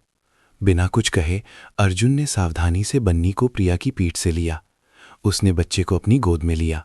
फिर उसने अपना मोटा कोट उतारा और मां बेटे दोनों को उठाया। उन्हें क्रूर बारिश से बचाने की कोशिश कर रहा था। मेरे पीछे आओ, मेरी गाड़ी बाहर है। उसने एक हाथ में बन्नी को पकड़ा, दूसरे हाथ से प्रिया को सहारा दिया। एक आदमी की ताकत इस समय सबसे मजबूत सहारा बन गई।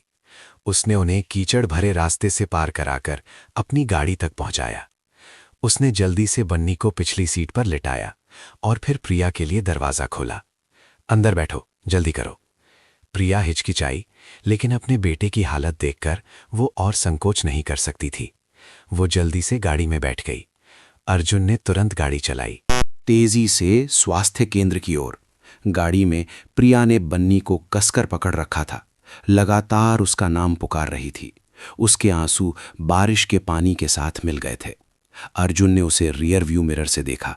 उसका दिल दुख से भर गया। उसे ये दुख नहीं सहना चाहिए था। उसे और बन्नी को देखभाल और प्यार में रहना चाहिए था।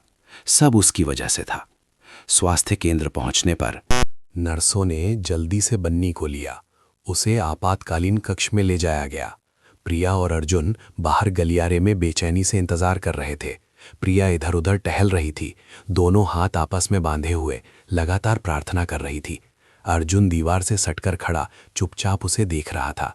वो उसके पास जाकर उसे सांत्वना देना चाहता था, लेकिन वो जानता था कि इस समय उसका कोई हक नहीं है। कुछ देर बाद डॉक्टर बाहर आए। अच्छा हुआ कि समय पर ले आए। बच्चे को वायरल फीवर है, बहुत तेज बुखार था। थोड़ी और देर होती तो खतरनाक हो सकता था। अब वो ठीक है, कुछ दिन निगरानी में रखना होगा। ये सुनकर प्रिया ने राहत की सांस ली। उसके पैर कमजोर पड़ गए, वो लगभग गिर ही जाती। अर्जुन ने जल्दी से आगे बढ़कर उसे सहारा दिया। सब ठीक है, बन्नी ठीक है। इस समय प्रिया ने जो भी रक्षा कवच बना रखा था वो सब टूट गया। वो और नहीं रोक सकी। अर्जुन की बाहों में फूट फूट कर रोने लगी। वो अपने डर के लिए रोई, उन सभी दुखों और कठिनाइयों के लिए रोई जो उसे अकेले सहनी पड़ी थीं। अर्जुन ने बस चुपचाप उसे गले लगाया, उसे अपने कंधे पर सिर रखने दिया। उसने कुछ नहीं कहा, बस अपने काम से साबित किया कि अब से वो यहीं रहेगा। वो माँ बेटे को फिर कभी अकेले तूफान का सामना नहीं करने देगा। बन्नी को कुछ दिन निगरानी के लिए स्वास्थ्य केंद्र में रहना पड़ा। उस दौरान अर्जुन हमेशा पास रहा। उसने बन्नी के लिए खिचड़ी, दूध खरीदने से लेकर प्रिया के कपड़े धोने तक सब कुछ किया। उसने ये सब स्वेच्छा से और चुपचाप किया, बिना किसी श्रेय के। प्रिया ने शुरू में दूरी बनाए रखी, लेकिन धीरे धीरे उसकी ईमानदारी और धैर्य ने उसके दिल को नरम कर दिया। वो अब उसे दूर नहीं भगाती थी, बल्कि चुपचाप उसकी मौजूदगी को स्वीकार कर लिया। बुखार उतरने के बाद बन्नी को होश आ गया था। उसने आंखें खोली और अपनी माँ और अर्जुन अंकल दोनों को अपने पास देखकर बहुत खुश हुआ। हालांकि बहुत समय हो गया था, लेकिन उस प्यारे अंकल की यादें अभी भी ताज़ा थीं। अर्जुन अंकल, बन्नी ने कमजोर आवाज में कहा। बन्नी, बेटा अब कैसा लग रहा है? अर्जुन मुस्कुराया, प्यार से उसके सिर पर हाथ फेरा। अब बहुत अच्छा लग रहा है। मुझे यहाँ लाने के लिए धन्यवाद, बच्चे ने बहुत विनम्रता से कहा। अपने बेटे को अर्जुन के साथ खुशी से बात करते देख प्रिया का दिल गर्म हो गया। बहुत समय बाद उसने अपने बेटे को इतनी खुशी से हंसते देखा था। शायद गहराई में बच्चा हमेशा एक ऐसे आदमी की कमी महसूस करता था जो उसकी रक्षा और देखभाल करे। उस शाम जब प्रिया कुछ सामान खरीदने बाहर गई तो कमरे में सिर्फ अर्जुन और बन्नी थे। बन्नी चित्र बना रहा था। बच्चे ने एक चित्र बनाया जिसमें 3 लोग थे, एक औरत, एक आदमी और एक बच्चा, जो सूरज की रोशनी में हाथ पकड़े हुए थे। अर्जुन ने चित्र को देखा, उसका दिल भावनाओं से भर गया। बन्नी, बहुत सुंदर बनाया है। ये कौन है बेटा? उसने पूछा। ये मेरी माँ है, ये मैं हूं। और ये आप हैं। बन्नी ने हर एक पर उंगली रखी। काश हमारे घर में हम तीनों होते। बन्नी की मासूम बात ने अर्जुन की आंखों में आंसू ला दिए। वो बिस्तर के पास बैठ गया। बच्चे को देखकर पछतावे भरी आवाज में कहा, बन्नी, अंकल तुमसे और माँ से माफ़ी मांगते हैं। अंकल गलत थे, उन्होंने माँ को दुखी किया। बन्नी ने चित्र बनाना बंद कर दिया और उसे देखने लगा। बच्चे ने कुछ देर सोचा और फिर कहा, अंकल को अपनी गलती का एहसास हो गया, ये अच्छी बात है। फिर बन्नी ने अर्जुन को बताया। बच्चे ने बताया कि जाने के बाद माँ बहुत रोई थी। माँ ने कभी अंकल के बारे में बुरा नहीं कहा, लेकिन जब भी बारिश होती माँ अकेले खिड़की से बाहर देखती रहती। बहुत दुखी। मेरी माँ कहती है कि हर कोई गलती करता है, जरूरी ये है कि हम अपनी गलती सुधारें। बन्नी ने एक बड़े आदमी की तरह कहा। अर्जुन निशब्द हो गया। प्रिया ने उसके साथ इतना बुरा व्यवहार होने के बावजूद अपने बेटे को उसके बारे में अच्छी बातें सिखाईं। उसकी क्षमाशीलता ने उसे प्रभावित किया और शर्मिंदा भी किया। तभी प्रिया अंदर आई। उसने अपने बेटे की बातें सुन ली थीं। अर्जुन को वहां बैठे आंखें लाल किए देख उसे भी समझ नहीं आया कि क्या कहे। कमरे में खामोशी छा गई। अचानक अर्जुन उठा। वो प्रिया के सामने आया और फिर धीरे धीरे वो घुटनों पर बैठ गया। उसके इस काम ने प्रिया को हैरान कर दिया। आप ये क्या कर रहे हैं? उठिए। उसने सिर हिलाया। उसने उसे देखा। उसकी आंखों में ईमानदारी और दर्द था। मुझे ये करना होगा प्रिया। मैं गलत था प्रिया। मैंने अपने बचाने वाले पर शक किया, उस सबसे दयालु औरत पर शक किया जिससे मैं कभी मिला था। मैंने अपने अहंकार और पूर्वाग्रह को अपनी आंखों पर हावी होने दिया। मैं तुम्हारी माफ़ी के लायक नहीं हूं, लेकिन मैं फिर भी तुमसे एक आखिरी मौका मांगता हूं, भरपाई करने का। तुम माँ बेटे की देखभाल करने का क्या तुम दोगी? उसके आंखों से आंसू बहने लगे। वो ठंडा अभिमानी अरबपति जो कभी किसी के सामने नहीं झुका था, अब उसके सामने घुटनों पर बैठा था, एक बच्चे की तरह रो रहा था। प्रिया सन्न और उलझन में थी। उसका दिल जैसे किसी ने निचोड़ दिया हो। उसके मन का सारा गुस्सा, सारी नाराजगी उसके पश्चाताप के आंसुओं के सामने पिघल गई। बन्नी ने अर्जुन को रोता देख बिस्तर से उतरा और उसके पास आया। उसके छोटे से हाथ ने अनाड़ीपन से अर्जुन के आंसू पोंछे। बच्चे की साफ मासूम आवाज ने दोनों बड़ों के दिलों को तोड़ दिया। अंकल, रो मत। माँ कहती है जो अपनी गलती मानता है वो अच्छा इंसान होता है। उस बात ने सब कुछ बदल दिया। प्रिया और नहीं रोक सकी। वो फूट फूट कर रोने लगी। वो नीचे बैठ गई। अर्जुन और बन्नी दोनों को गले लगा लिया। 3 लोग, 3 घायल दिल अब एक दूसरे को कसकर पकड़े हुए थे। आंसुओं से सारी गलत फहमियों और दर्द को धो रहे थे। उस छोटे से अस्पताल के कमरे में एक बड़ी क्षमा हो रही थी। प्यार तूफान से गुजरने के बाद एक बार फिर अंकुरित हो रहा था, पहले से ज्यादा मजबूत और गहरा। बन्नी के ठीक होकर अस्पताल से छुट्टी मिलने के बाद अर्जुन ने प्रिया को कुछ और समय रुकने की अनुमति देने के लिए मना लिया। वो उन्हें जल्दबाजी में शहर वापस नहीं ले जाना चाहता था, क्योंकि वो जानता था कि प्रिया को अपने मन को वास्तव में शांत करने के लिए समय चाहिए। उसने स्कूल के पास एक छोटा सा घर किराए पर लिया। हर दिन नियमित रूप से बन्नी को स्कूल छोड़ता और लाता, प्रिया के छोटे मोटे कामों में मदद करता। वो दूर का अध्यक्ष नहीं था, बल्कि एक सच्चा पारिवारिक आदमी बन गया था। उसने साधारण भोजन बनाना सीखा, बाढ़ ठीक करना सीखा, बन्नी के साथ कंचे खेलना सीखा। ये काम भले ही छोटे थे, लेकिन उन्होंने उसे एक ऐसी सादी खुशी दी जो उसे पहले कभी नहीं मिली थी। प्रिया धीरे धीरे और खुलने लगी। वो अब उससे बचते नहीं थी, बल्कि उससे ज्यादा बातें करने और साझा करने लगी थी। उसके बदलाव को देखकर, बन्नी की बढ़ती हुई मुस्कान को देखकर। वो जानती थी कि उसे माफ करने का उसका फैसला सही था। 1 महीने बाद जब सब कुछ स्थिर हो गया तो अर्जुन को अपने परिवार से एक फोन आया। उसके पिता श्री विक्रम विदेश में एक लंबी व्यापार यात्रा के बाद वापस आ गए थे। उन्होंने सुना कि उनका बेटा 1 महीने से एक दूर दराज के पहाड़ी इलाके में गायब है, तो वे बहुत चिंतित हो गए और उन्होंने उसे तुरंत घर आने का आदेश दिया। अर्जुन जानता था कि वो और देर नहीं कर सकता। उसने प्रिया से बात की। उसने माँ बेटे को अपने साथ घर ले जाकर परिवार से मिलवाने की इच्छा जताई। क्या तुम मुझसे शादी करोगी? मेरे साथ बन्नी के लिए एक पूरा परिवार बनाओगी? उसने उसे एक सादे लेकिन सच्चे तरीके से प्रस्ताव दिया। प्रिया का चेहरा लाल हो गया, वो शर्मा गई, लेकिन उसकी आंखों में खुशी चमक रही थी। उसने धीरे से सिर हिलाया। जिस दिन वे लौटे, श्री विक्रम 60 के दशक के एक कुलीन और सम्मानित व्यक्ति बंगले के दरवाजे पर इंतजार कर रहे थे। उन्होंने अपने बेटे को एक महिला और एक बच्चे के साथ आते देखा तो वे हैरान रह गए। अर्जुन, ये पापा, ये प्रिया है और ये बन्नी है, ये वो है जिससे मैं शादी करना चाहता हूं। अर्जुन ने दृढ़ता से परिचय दिया। श्री विक्रम ने प्रिया को घूर कर देखा। ये चेहरा उन्हें बहुत परिचित लगा। उन्होंने और ध्यान से देखा और फिर अचानक उनकी आंखें आश्चर्य और भावना से चमक उठी। ये तुम हो? 5 साल पहले बस स्टॉप वाली लड़की? प्रिया भी सन्न रह गई। उसने उस आदमी को पहचान लिया जिसकी उसने मदद की थी जब वो ब्लड प्रेशर कम होने के कारण सड़क पर बेहोश हो गए थे। उस समय वो बन्नी से गर्भवती थी। जिंदगी बहुत मुश्किल थी। लेकिन फिर भी उसने अपने बचे हुए थोड़े से पैसे से उन्हें चीनी का पानी पिलाया था और अस्पताल ले जाने के लिए गाड़ी बुलाई थी। उसके बाद वो अपना नाम बताए बिना जल्दी से चली गई थी। अंकल, आप?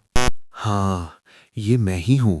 मैं आपको पिछले 5 सालों से ढूंढ रहा था, लेकिन नहीं मिला। श्री विक्रम भावुक हो गए।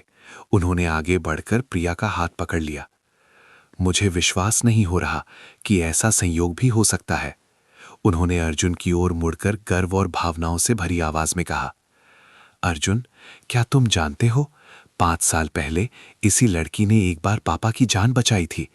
अगर वो ना होती तो शायद मैं आज जिंदा नहीं होता। तुम पर उसका 2 बार जान बचाने का एहसान है। हमारा पूरा परिवार उसका कर्जदार है। इस सच्चाई ने सभी को हैरान कर दिया। अर्जुन ने प्रिया को देखा और फिर अपने पिता को। उसे तकदीर के इस अद्भुत खेल पर विश्वास नहीं हो रहा था। जिस औरत से वो प्यार करता था, जिसने उसे बारिश की रात में बचाया था, वही उसके पिता की भी जीवन रक्षक थी। उसकी अच्छाई ने बहुत पहले ही एक अच्छा रिश्ता बो दिया था। श्री विक्रम के मन में अगर कोई हिचकिचाहट थी तो वो सब गायब हो गई। उन्होंने प्रिया को स्नेह और कृतज्ञता भरी नजरों से देखा।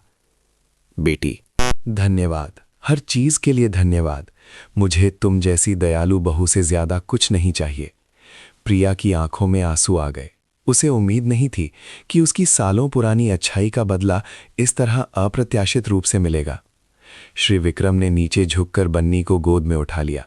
बच्चा बिल्कुल भी नहीं डरा, बल्कि उसने अपनी बाहें उनके गले में डाल दी। नमस्ते दादाजी। शाबाश मेरे पोते। श्री विक्रम जोर से हंसे। उनकी मुस्कान खुशी से भरी थी। सच्चाई के सामने आने से आखिरी गांठ भी खुल गई थी। प्रिया को न केवल अर्जुन का प्यार मिला, बल्कि उसके पूरे परिवार ने उसका स्वागत और सम्मान किया। उनका रिश्ता जैसे उसकी अपनी अच्छाई और दयालुता से ही तय था। आलीशान बंगले के बीच खड़ी प्रिया ने अर्जुन को देखा। बन्नी को दादाजी की गोद में खुशी से खेलते देखा। वो जानती थी कि अब से तूफान सच में गुजर चुका है। एक नया खुशहाल और शांतिपूर्ण अध्याय माँ बेटे का इंतजार कर रहा था। जबकि प्रिया और अर्जुन पुनर्मिलन के सुखद दिनों का आनंद ले रहे थे, राहुल और नेहा को कानून की सजा का सामना करना पड़ा। उनकी धोखाधड़ी का पूरी तरह से पर्दाफाश हो गया। सारी साजिशें और चालें सामने आ गईं। अदालत में दोनों ने अपना अपराध स्वीकार कर लिया। उन्हें न केवल धोखाधड़ी और संपत्ति हड़पने का दोषी ठहराया गया, बल्कि दूसरों की मानहानि और बदनामी के लिए भी मुकदमा चलाया गया। उनके बयानों ने प्रिया को पूरी तरह से निर्दोष साबित कर दिया। उन्होंने स्वीकार किया कि उन्होंने अपनी योजना को अंजाम देने के लिए प्रिया के विश्वास का दुरुपयोग किया और उसे फंसाया। उचित सजा सुनाई गई। राहुल और नेहा को अपने बुरे कामों की कीमत जेल में कई साल बिताकर चुकानी पड़ी। ये वो अंत था जिसके वे हकदार थे। जब सच्चाई सार्वजनिक रूप से सामने आई तो जनता की राय पूरी तरह से बदल गई। प्रेस, मीडिया जिन्होंने कभी प्रिया की आलोचना की थी, अब उसकी प्रशंसा करने लगे। उन्होंने उसे अच्छाई और क्षमाशीलता के एक उदाहरण के रूप में लिखा। बारिश की रात में किसी को बचाने वाली गरीब लड़की की कहानी, जिसे गलत समझा गया, अपमानित किया गया, फिर भी उसने अपनी दयालुता को बनाए रखा, ने लाखों लोगों के दिलों को छू लिया। बारिश की रात में दयालु महिला, अच्छाई की ताकत ने हर साजिश को हराया। शिमला की लड़की की आधुनिक परिकथा जैसे शीर्षकों वाले लेख अखबारों में छा गए। प्रिया अचानक प्रसिद्ध हो गई, लेकिन वो ये नहीं चाहती थी। उसने सभी साक्षात्कार के प्रस्तावों को अस्वीकार कर दिया, बस एक सादा जीवन जीना चाहती थी। अर्जुन ने खन्ना ग्रुप के अध्यक्ष के रूप में एक आधिकारिक प्रेस कॉन्फ्रेंस आयोजित की। सैकड़ों कैमरों के सामने उसने न केवल धोखाधड़ी के बारे में सच्चाई का खुलासा किया, बल्कि सार्वजनिक रूप से प्रिया से माफी भी मांगी। मैं, अर्जुन खन्ना, प्रिया से अपनी मूर्खता और अविश्वास के लिए सबसे सिंसियर माफी मांगना चाहता हूं। मैंने उसे और उसके बेटे को ऐसी चोटें दी हैं जिनकी भरपाई नहीं हो सकती। वो न केवल धोखाधड़ी का शिकार है, बल्कि वो उपकारी भी है जिसने मेरे परिवार की 2 बार जान बचाई है। उसकी अच्छाई सबसे कीमती चीज है जो मैंने कभी जानी है। उसने अपने फैसले की भी घोषणा की। खन्ना ग्रुप धोखाधड़ी से बरामद की गई पूरी राशि का उपयोग गर्म बारिश प्रिया नामक एक चैरिटी फाउंडेशन की स्थापना के लिए करेगा, जो मुश्किल में फंसी एकल माताओं और अनाथ बच्चों की मदद करेगा। ये वो तरीका है जिससे हम उसकी अच्छाई को और भी लोगों तक फैलाना चाहते हैं। अर्जुन के इस कदम को जनता का जबरदस्त समर्थन मिला। उसकी प्रतिष्ठा कम होने के बजाय उसकी स्पष्टवादिता और जिम्मेदारी लेने की भावना के कारण और भी बढ़ गई। शर्मा आंटी और शिमला की छोटी गली के पड़ोसियों ने जब ये खबर पढ़ी तो उन्हें बहुत शर्मिंदगी और अफसोस हुआ। उन्होंने प्रिया जैसी अच्छी इंसान पर शक किया था। शर्मा आंटी ने फ़ोन करके रोते हुए उससे माफ़ी मांगी। प्रिया ने कोई नाराज़गी नहीं दिखाई। उसने बस धीरे से उन्हें सांत्वना दी और कहा कि सब कुछ बीत चुका है। सारी गलतफहमियां दूर हो गईं, सारे अन्याय धुल गए, न्याय हो गया। अर्जुन और प्रिया जेल में राहुल और नेहा से मिलने गए, घमंड दिखाने के लिए नहीं, बल्कि अतीत को खत्म करने के लिए। तुम दोनों ने मेरे साथ ऐसा क्यों किया? प्रिया ने शांत स्वर में पूछा। नेहा ने सीधे देखने की हिम्मत नहीं की, बस फुसफुसाई। क्योंकि मैं जलती थी कि तुम गरीब होकर भी हमेशा वो सब पाती थी जो मेरे पास नहीं था। राहुल चुपचाप सिर झुकाए रहा। सब कुछ खत्म हो गया है, अर्जुन ने कहा। अच्छे से सुधरो, उम्मीद है कि भविष्य में तुम दोनों उपयोगी इंसान बनोगे। वे चले गए। दर्दनाक अतीत को पीछे छोड़कर रास्ते में प्रिया ने अपना सिर अर्जुन के कंधे पर रखा। क्या तुम मुझसे नाराज हो? मेरी वजह से तुम्हें बहुत बड़ा नुकसान हुआ। अर्जुन मुस्कुराया और उसका हाथ कसकर पकड़ लिया। वो पैसा कुछ भी नहीं है। उसे खोकर ही मुझे एहसास हुआ कि सबसे कीमती क्या है। उसे खोकर ही मैंने तुम्हें वापस पाया, तुम्हारे और बन्नी के साथ होने के मुकाबले। बाकी सब कुछ महत्वहीन है। प्रिया खुशी से मुस्कुराई। बारिश के बाद का आसमान बहुत साफ था। वो जानती थी कि अब से उसकी जिंदगी में सिर्फ धूप वाले दिन होंगे। 1 साल बाद शिमला की एक शांत छोटी सड़क पर एक नया रेस्टोरेंट खुला, जिसका नाम बहुत खास था, गर्म बारिश। रेस्टोरेंट बड़ा नहीं था, सादगी से सजाया गया था, आरामदायक था, लेकिन हमेशा ग्राहकों से भरा रहता था। खास बात यह थी कि हर दिन रेस्टोरेंट गरीब मजदूरों, जरूरतमंदों के लिए 50 मुफ्त भोजन की व्यवस्था करता था। रेस्टोरेंट की मालिक प्रिया थी। उसने अपने नाम पर बने चैरिटी फाउंडेशन के कुछ पैसे का इस्तेमाल करके ये रेस्टोरेंट खोला था, ताकि वो दूसरों की मदद करने के अपने छोटे से सपने को पूरा कर सके। जैसे कभी उसकी मदद की गई थी। अर्जुन अब पहले की तरह नंबरों और तनावपूर्ण बैठकों में नहीं डूबा रहता था। उसने समूह का काम अपने अधीनस्थों को सौंप दिया और अपना ज्यादातर समय शिमला में प्रिया के साथ रेस्टोरेंट का प्रबंधन करने में बिताता था। वो मालिक नहीं, बल्कि एक विशेष वेटर था, वो खुशी खुशी परोसता, सफाई करता और ग्राहकों से बात करता। अब उसके चेहरे पर हमेशा मुस्कान रहती थी। शर्मा आंटी भी पास में ही रहने लगी थी। वो हर दिन प्रिया की मदद करने आती थी। इसे अपनी पुरानी गलती का प्रायश्चित मानती थी। सब लोग उन्हें प्यार करते थे। आज प्रिया और अर्जुन की शादी की पहली सालगिरह थी। गरम बारिश रेस्टोरेंट में एक छोटी सी पार्टी थी। मेहमान अमीर व्यवसायी नहीं, बल्कि वे मजदूर, अकेले बूढ़े लोग और अनाथ बच्चे थे जिनकी रेस्टोरेंट अक्सर मदद करता था। माहौल बहुत गर्मजोशी भरा और खुशनुमा था। श्री विक्रम भी मौजूद थे। वो एक कोने में बैठकर प्यार से अपने बच्चों और पोते को देख रहे थे। उनकी आंखों में खुशी चमक रही थी। बन्नी अब 5 साल का हो गया था और भी समझदार। उसने एक छोटा सा सूट पहना था जिसमें वो अर्जुन का छोटा संस्करण लग रहा था। वो पूरे रेस्टोरेंट में दौड़ता, माँ की मदद करता, अंकल आंटी को नैपकिन देता। पार्टी में अर्जुन उठा और प्रिया का हाथ पकड़ा। उसने उसे प्यार भरी नजरों से देखा। मेरे जीवन में आने के लिए धन्यवाद। मुझे सिखाने के लिए कि सच्चा प्यार और अच्छाई क्या होती है। मेरी गलतियों को माफ करने के लिए धन्यवाद। मैं तुमसे प्यार करता हूं। प्रिया मुस्कुराई। उसकी मुस्कान सूरजमुखी की तरह खिली हुई थी। मैं भी तुमसे प्यार करती हूं। सबने तालियां बजाईं। बन्नी दौड़कर अपने माता पिता के बीच आ गया। उसने दोनों के पैर पकड़ लिए। सिर उठाकर उसकी बड़ी बड़ी गोल आंखें चमक रही थीं। उसने एक ऐसी बात कही जिससे सभी हंस पड़े और भावुक भी हो गए। पापा, क्या कल फिर बारिश होगी? मुझे बारिश पसंद है क्योंकि बारिश के दिन किसी की जान बचती है। बन्नी की मासूम बात ने सभी को उस परी कथा की याद दिला दी जो एक फेटफुल बारिश की रात से शुरू हुई थी। एक बारिश जो दुख लाई थी, लेकिन उसी बारिश ने एक मुलाकात, एक बचाव और एक खूबसूरत प्यार भी लाया था। अच्छाई चाहे कितनी भी छोटी हो, एक बीज की तरह होती है जिसे बस एक बारिश की फुहार मिल जाए तो वो अंकुरित होकर खुशी के सुगंधित फूल खिलाती है। अर्जुन ने नीचे झुककर बन्नी को गोद में उठा लिया। उसने अपने बेटे के माथे पर चूमा और फिर प्रिया के होठों पर। अब से चाहे बारिश हो या धूप, हमारा परिवार हमेशा साथ रहेगा। बाहर शिमला में हल्की बूंदाबांदी शुरू हो गई थी, लेकिन गरम बारिश रेस्टोरेंट के अंदर माहौल बेहद गर्म था। हंसी मजाक, गिटार का सादा संगीत, सब मिलकर खुशी का एक मधुर संगीत बना रहे थे। आखिरी दृश्य एक परिवार का था। 3 लोग एक दूसरे को कसकर गले लगाए हुए।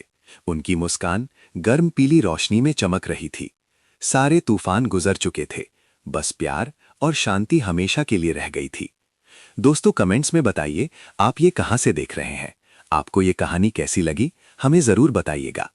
मेरी यही प्रार्थना और कामना है कि आप सभी हमेशा सुरक्षित और शांति से रहें।